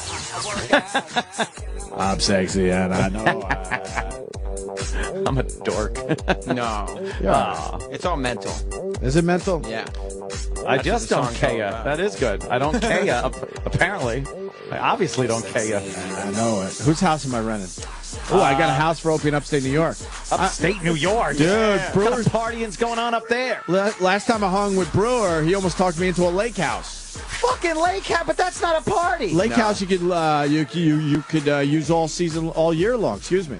Yeah, but could do a little skiing, a you're little not golf, hearing a this little music. boating. Right. You're not hearing this music at a lake house. You hear do do do do do do do do. And by the way, E-Rock is a better DJ than Troy. Fucking A, right? Yeah. E-Rock's spinning some fucking tunes for us. You know what, E-Rock? You're the official DJ to the end of the show. Yes. Keep the fucking music going. Keep the tunes going. Please, E-Rock. Fucking light this place up. That's right. And you don't have to play the whole song. When you feel like you want to change up the song, then you do that. Oh, God, the people that are taking over of Sirius XM. Hi, hi, guys. How you doing, guys? There's How you rumors doing? in the The air. guy's taking over the company. That's our new fucking bosses, dude. Oh, my God. There's rumors, and we know Oh, it. look, they're looking in every window with Oh, that's suits. never good. They waved. At least we made an impression. They're taking notes. Yeah, they are taking notes. They're assessing the value of each This show has to go. Obviously, if they have time to wave to us, they're not doing anything of any import. That's okay. I'm ready. I'm ready for what's next. Whatever it is. Whatever. I'm ready. Oh, man, they're looking in the big engineering room there. That's gonna go. Oh, that fucking Bart Simpson thing that's been in there? Sam, that's ask gotta him. go. It's not Could you go serious. ask him if they're taking over the company? I'm not, Oh, my I'm not God, going no. to. Nope. Why not? Because Oh, you my guys God. are going to be gone, Why and I'm going to not? be asking those guys for a job. You wouldn't get a lake house? No. Why? Not party. There's no party up there. Where's the party at? Fresh. It's Opie. He said he's going crazy up there by the lake. First time I ever went swimming in a lake, I sunk like a motherfucker. Did Someone has to fucking let you know about that shit. Oh, that is fresh water. Fresh water, you got to swim a little harder. Yeah, you don't have as much buoyancy. Holy fuck. Yeah, I went there Lake Ronkonkoma, and it was like, ow. Yeah. Gotta swim. You don't realize how much more you got to swim. Bam, bam, bam, bam, bam. Yeah, See, you don't boy, hear- they're making the rounds already. Look at those suits. Whoa. There is a gaggle of suits. Ah, Don Wicklund. Donnie Wicklund, bitches. No, it would be Dandy great. Donnie Brown Wicklund. noser. No, it would be great. Don Wicklund becomes our new boss and fires our asses. Don, what's going on? What do you know I about see the some rumors, suits. Don? I'm here with Denny's, Don Wicklund. Yeah, bitches. Where's Jimmy? We're in the middle of the Opie and had to Anthony go. Club right now, so. Yeah, it's the E-Rock club is the atmosphere. DJ until 10 o'clock. E-Rock's If you got any spinning requests, some let us know. We're just keeping things up here. Yeah, That's right, motherfucker. Yeah. You haven't fist bumped yet, Don. Show's changed a bit, Don. Give us a fist bump. He doesn't want to talk. We're going after the I gay hear ya. audience. Where are you going? Donnie. Oh, he Donnie doesn't Wicklund. He's not saying a word. Even Donnie Wicklund. He's one of the Illuminati with XM. Yeah, he is. You know what? One of the few survivors from XM, so I don't know what the fuck he's got on these people. Yo, bro, put this in the website because you know what? I might go Sodas Bay this year. What up, brah? Because I'm taking a lot of time off this summer. Fuck this place. Yeah? How much? I'm going to take at least, I'm going to take, I don't know. I'm going to try to squeeze a month off in the summer. The hook on this song Because is it's at the end of sick. our contract, so it don't matter. Put this in the website there. I'm telling you the truth. We're playing club music, and we're gonna get me a summer house before 10 o'clock. The Put hook this on this in. is sick. If I took your Who is this? Flo Rida. With Rihanna? That's not Rihanna. Somebody who sounds like Rihanna. I need the backslash. Backslash. Hang on. Leave it up. Okay. I want to buy a house, but I'm going to rent this summer. Oh. And I ain't going Hamptons. You get a bigger house on the Jersey Shore for the same money. Rolling. Rolling, come on. Rolling's fist bumping. We're clubbing. We're clubbing, Rolling. Rolling. Come on, Rolling. What up? Oh, shit. Wow, look at that house, Ant. Whoa, that's nice. That's on Sodas Bay. Where's Where that? my boy Weeze has a house. It's in Rochester. No, you got to party. I know exactly where that house is. We drove by that when we were whining. You're whining and boating. sacrificing a lot of partying, though. Why? Because that's not going to be a party. That's going to be relaxation. Yeah, you got to party, You baby. need to party this summer. Or someone will trip and die. I like Sodas Bay, though. See, my house is going to be a sick fucking scene this summer. All right. So you need something that's like, some party to it, but a nice homey atmosphere. Danielle, Yeah. real estate agent? No, I'm actually the homeowner. Homo. The lake that's across from the lake where Derek Jeter's house is. It's Oh, you might have heard of a man named Derek Jeter. Wait, you got a house on a lake? Yeah, and it's great for kids, but look, it's right near Warwick Wineries. You're right down from the pumpkin picking and the apple stuff. Oh, crap. If you ain't here to party, get your broke ass home. Yeah, motherfucker! You could totally wind it up. Wine it up. Wine it up. Get the fuck She out made of that here. up. Yeah, nobody winds just it made, up. no one Wait, wait, winds it up. How far is the lake from New York City? I like that, though. Wine it up, wine it up, wine it up, wine it up. And you just Here get you go. wine glasses. Stop your yapping, bitch. Get some cocks. Yeah! I'm trying to get a summer house. I'm fist bumping. If it's not in Jersey, it's not a summer house. Damn it! See, I told you this song was sick, bro. Yeah. Sick. Fucking sick. I need a house. You serious? Hit me up on Twitter, Opie Radio. I know that was a cheap plug, but I got to get a summer house. Got it. People saying Bradley Beach is the way to go. Gotta get a summer house, yos. Bradley Beach. Bradley Beach. I'm throwing that town out there to fool some people. Not working hard. Yeah, are you throwing them off the path? I think so. Is that what you're doing? All right. That's pretty good. Why didn't Don Wicklund want to talk to us? He's not down to party. Dandy Don Wicklund is so on the inside. I built that bridge. I rebuilt that bridge, Sam. What You never bridge? burned it down. Don Wicklund, you don't think I burnt that down? He loved you. What? Till Yeah, the he day did. he left. He You did. could do whatever you wanted to that guy. He was in love with you. Yeah, I think he was. I think literally. No, dude. I'm Yeah, being honest. I think he was. Yeah, for sure. Remember when he went shopping with us for clothes for Yeah, a he billboard really thing? wanted to see how those jeans Oh, looked was in the he dressing room. just so... You sure you don't want me to come in there and make sure they're the right fit? Yeah. No, I'm all right, Donnie. You all right? I'm all right, Donnie. You're right there? All right. Sexy, People putting yeah, disco no balls way. up in Pal Talk. Like it. It's nice. LBI is on my list. Thank you, Matt. Long Beach Island, New Jersey. That's on my list, Ed. That's where all the money is. Money. I want to rent for a couple But months. not the Nagel fortune. The Nagel fortune. I could be in a house right now. Fuck. The season started. You know that? Shit. Yeah, I know. The rental season started. a while April to ago. October Dude. is the You gotta season. you gotta get in there. Make you feel right, baby. Lake George is too far away, asshole. I want like an hour and a half drive tops With a party. to get to my summer house. Thousand Islands, that's too far, Joe. Help me out here. Well, fucking hundreds islands. Tonight. Let me go to Joe in Jersey. Joe? Yo, what up? Hey, what up? So listen, Bradley Beach shithole down the street from like fucking crack asses. So But why is everyone saying it's so beautiful there? because they want to get you to be there, so that there's at least one decent person with money there, I guess. Fuck. Manasquan's the way to go, baby. Where? Manasquan. Where the hell's that? Maricon? Maricon? Huh? Hey! Wait, Maricon? Hold on. How do you spell that? M-A-N. Yep. A-X. A-X? A-X. A what?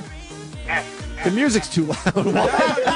It's like being in a club. What? Wait, what?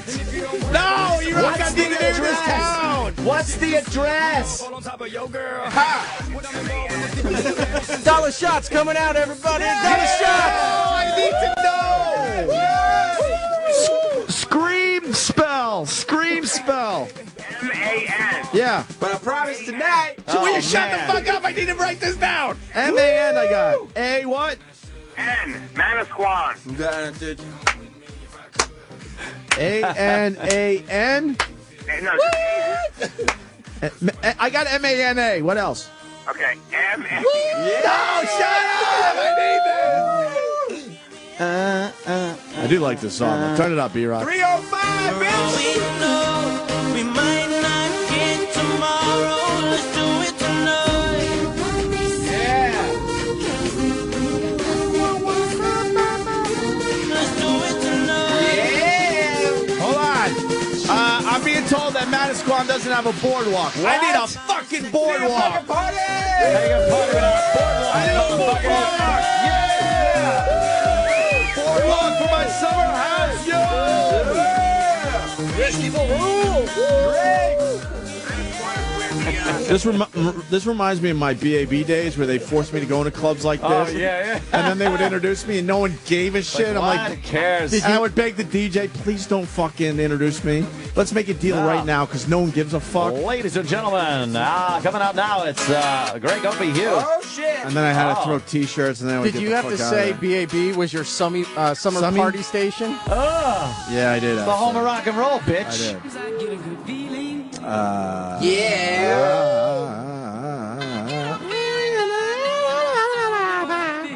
How am I gonna get a house? None of your kind. Yeah. How am I gonna get a house? That's one of where like the elite go. Am I elite though? Of course you are. Nice. You're fucking Opie. Nice. I like being elite. Wait till this beat kicks in. Nice. It's gonna be sick, dude.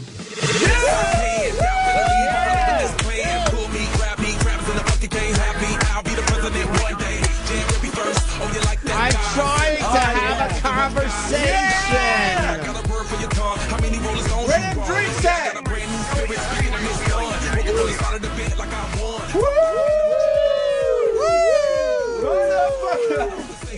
Yeah. Where's this Bayhead shit? Yeah. Bayhead, Lavalette. Where the fuck am I going? Club Sonic Daddy in the house. Oh, yeah. Welcome to the club, Ken. Yeah. Welcome to the club. We didn't even... Where is it? Yeah. Oh, shit.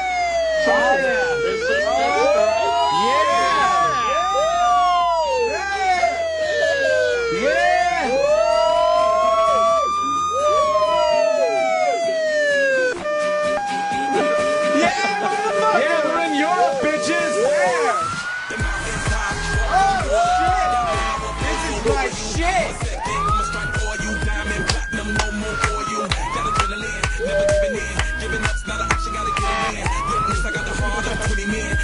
Looks like I'm going to Spring Lake, everyone. What state is that in? I got Spring Lake, I think. What state is that in? Jersey? Jersey! Jersey! Yeah! Jersey, bitches! What? Yeah! Can I rent the Jersey Shore house? Do they rent that every summer? They do. I want to kick whoever the fuck out who has it. They rent it. It's expensive. It is, huh?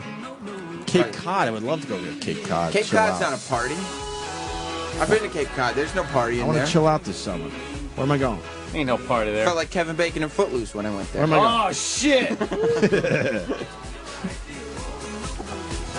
All right, well. Yeah! Turn it up, E-Rock. It's the breakdown. Oh, yeah. All right, come on. Get my Matrix onto this shit. Oh, fuck. What's that? Here comes the foam. Yeah! Whoa! Look at this shit! Oh, man. Didn't we have a girl crack her skull in the foam one year? That was great. Wasn't Spaz involved? Or Oh, yeah, he was in the foam, and then... Did he crack his skull? Yo, when Yeah, are we I gonna think do he a- fell down, too. When are we going to do a club gig for the show? Oh, we really need to. What? Yeah. Wasn't that the gig where our girls were on the side of the stage with their arms folded in disgust? Oh, Yeah. wait a minute. That was every gig. That was every Turn gig. up the music! Yeah! Motherfucker! I missed out on a lot of time! time. Yeah. Clapping over the head. That's the shit. I like that. That's the shit. Nothing worse than a girl putting an asparagus up her asshole, and then you look to the side of the stage because you're having a blast, and you see your girl with her arms folded, scowling at you. What the fuck is going on? What do you think pays for everything? Asparagus up the asshole. Exactly. Figure it out. Well, I really didn't think I'd enjoy Dance Party Opie and Anthony show. This show is the best show ever.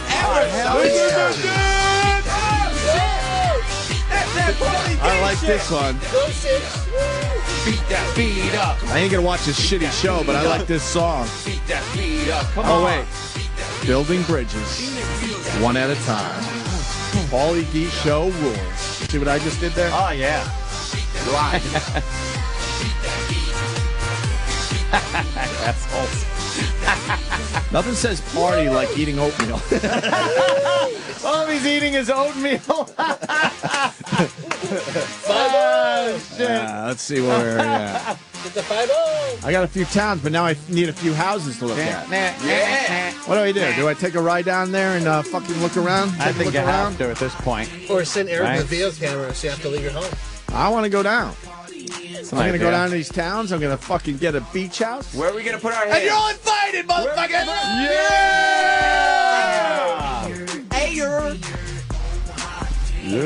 This is my jam. AM. Let me add this to this. I'm sexy and I know what. We already did that one. No, I know, but you add it in there. Oh, remix. You add it in there a little bit. Remix. Someone add to the remix. I got that part of it. I'm sexy and I know it. I think black people do this song. Yeah. I think black people did this, right? That's right. Yeah. That's right. Fuck. Do I go fucking Black Lake House with people! Jim Brewer or what? Mm-hmm. I'm going Lake House with Jim Brewer. No. Fuck you. I'm not going to Provincetown, asshole. And Timothy's Islip writes has to in capital letters. Oh. Hey, how about Thanks Cherry a lot, Grove asshole. out there on Fire Island? All right, relax. Let's relax a little bit now. Yeah. This isn't fun anymore. The Miss Fire Island contest every year. Oh, boy. What a surprise the Miss Fire Island is.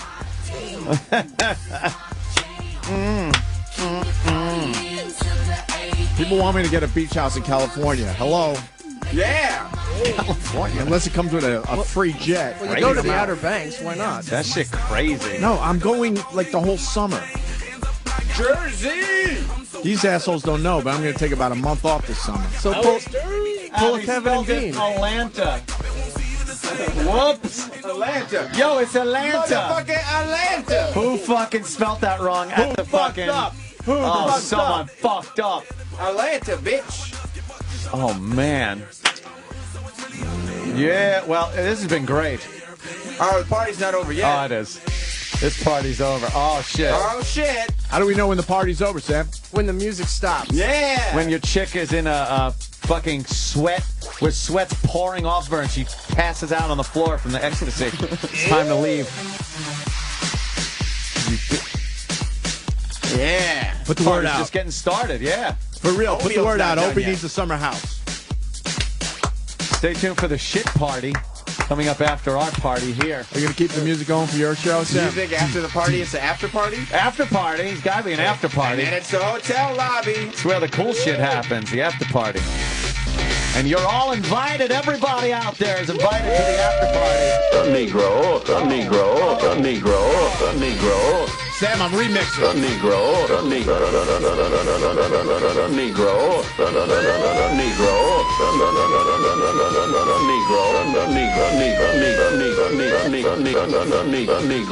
In person. In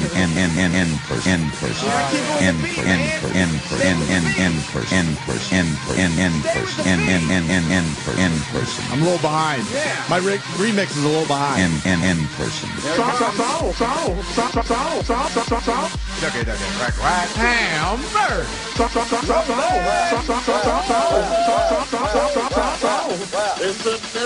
Okay. Well, no shit. Well.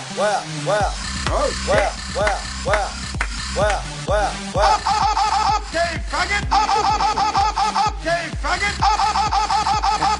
Crockett! Up, Dave Crockett! The Negro. We're remixing, Sam. This is just turned into a clusterfuck. The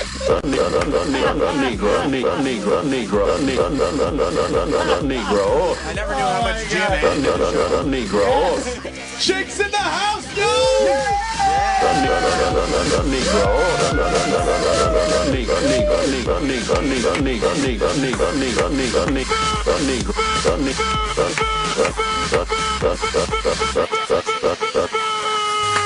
Yeah, I did that one right.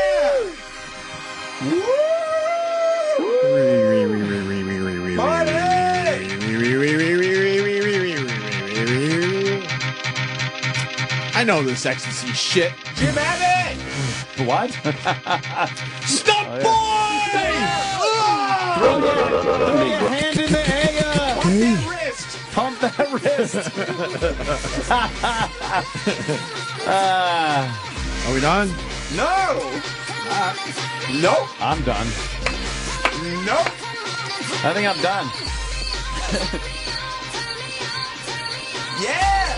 Motherfucking crickets in the house! Yeah, cricket. Crickets! Well, I'm done. I'm packing up. I've had it.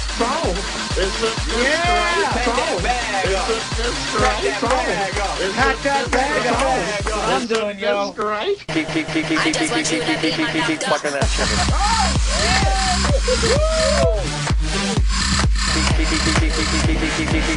Keep fucking that chicken. Yeah!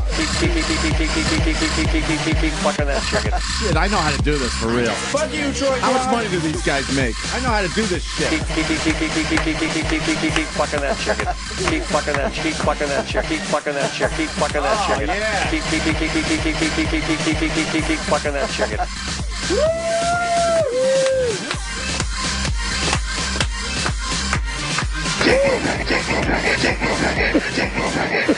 I can't believe we're just making a bunch of noise for the listeners. What are you talking about? It's a party. That's what we do every day. Just make noise. All right, we We're gotta go in the mix. film some shit. Yeah, motherfucker. Want to thank the DJ, E-Rock. Sex Man! E-Rock Radio on Twitter. Thank you. His name is DJ Sex. Ah, that's a good name. DJ Sex on the ones and twos. I'm Opie from your home of rock and roll. Rock and roll, rock and roll, rock and roll, rock and roll, DJ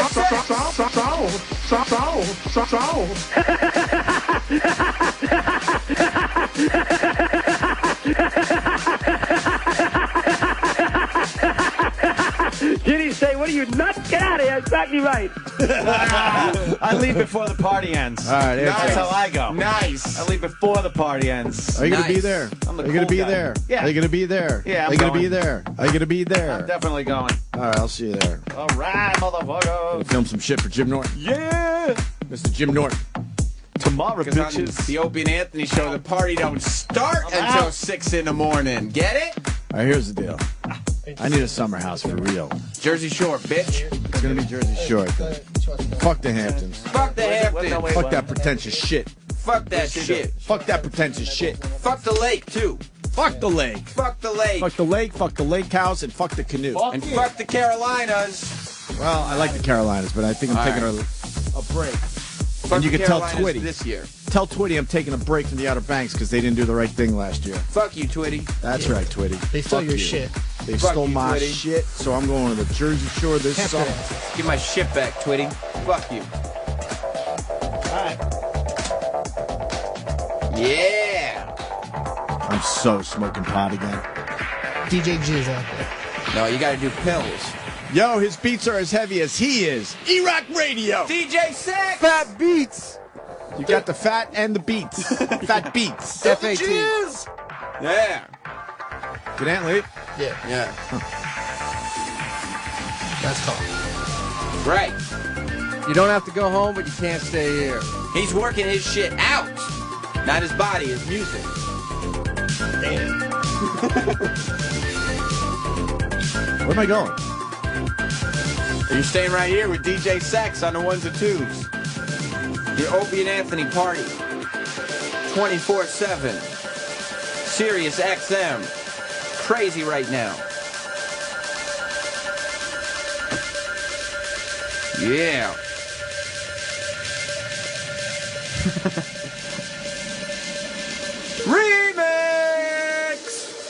I was gonna, but my machine fucking cracked out. Oh, all right. Oh man, our man Mars is a fool. What happened to my machine, yo? I don't know. Where's Mars? Doing Mars, shake it up, shake it. He loves his club shit. For real, what happened to my machine? They don't want me to fucking mix anymore. The party shut that shit down. God damn it, I had a good one. Mars will be here in 20 minutes. Woo! I'd throw this machine in 5 seconds. 5, 4, 4, 3, 2, 1. Yeah! Sexy, and I know it. Smash it again. I'm sexy, and I know it. Now it really doesn't work. Oh. You didn't see shit. You didn't see shit. You didn't do shit. It was a party, man. I didn't do shit, and you didn't see shit. There's a lot of shit going on at this party. I don't know what was going on. I don't know what happened. You didn't see nothing. No. Snitches get stitches, bitch. I'm sexy. I can see Mars. All right, that's my out for sure. Yeah. Damn, E-Rock's a good DJ. Bitches tomorrow.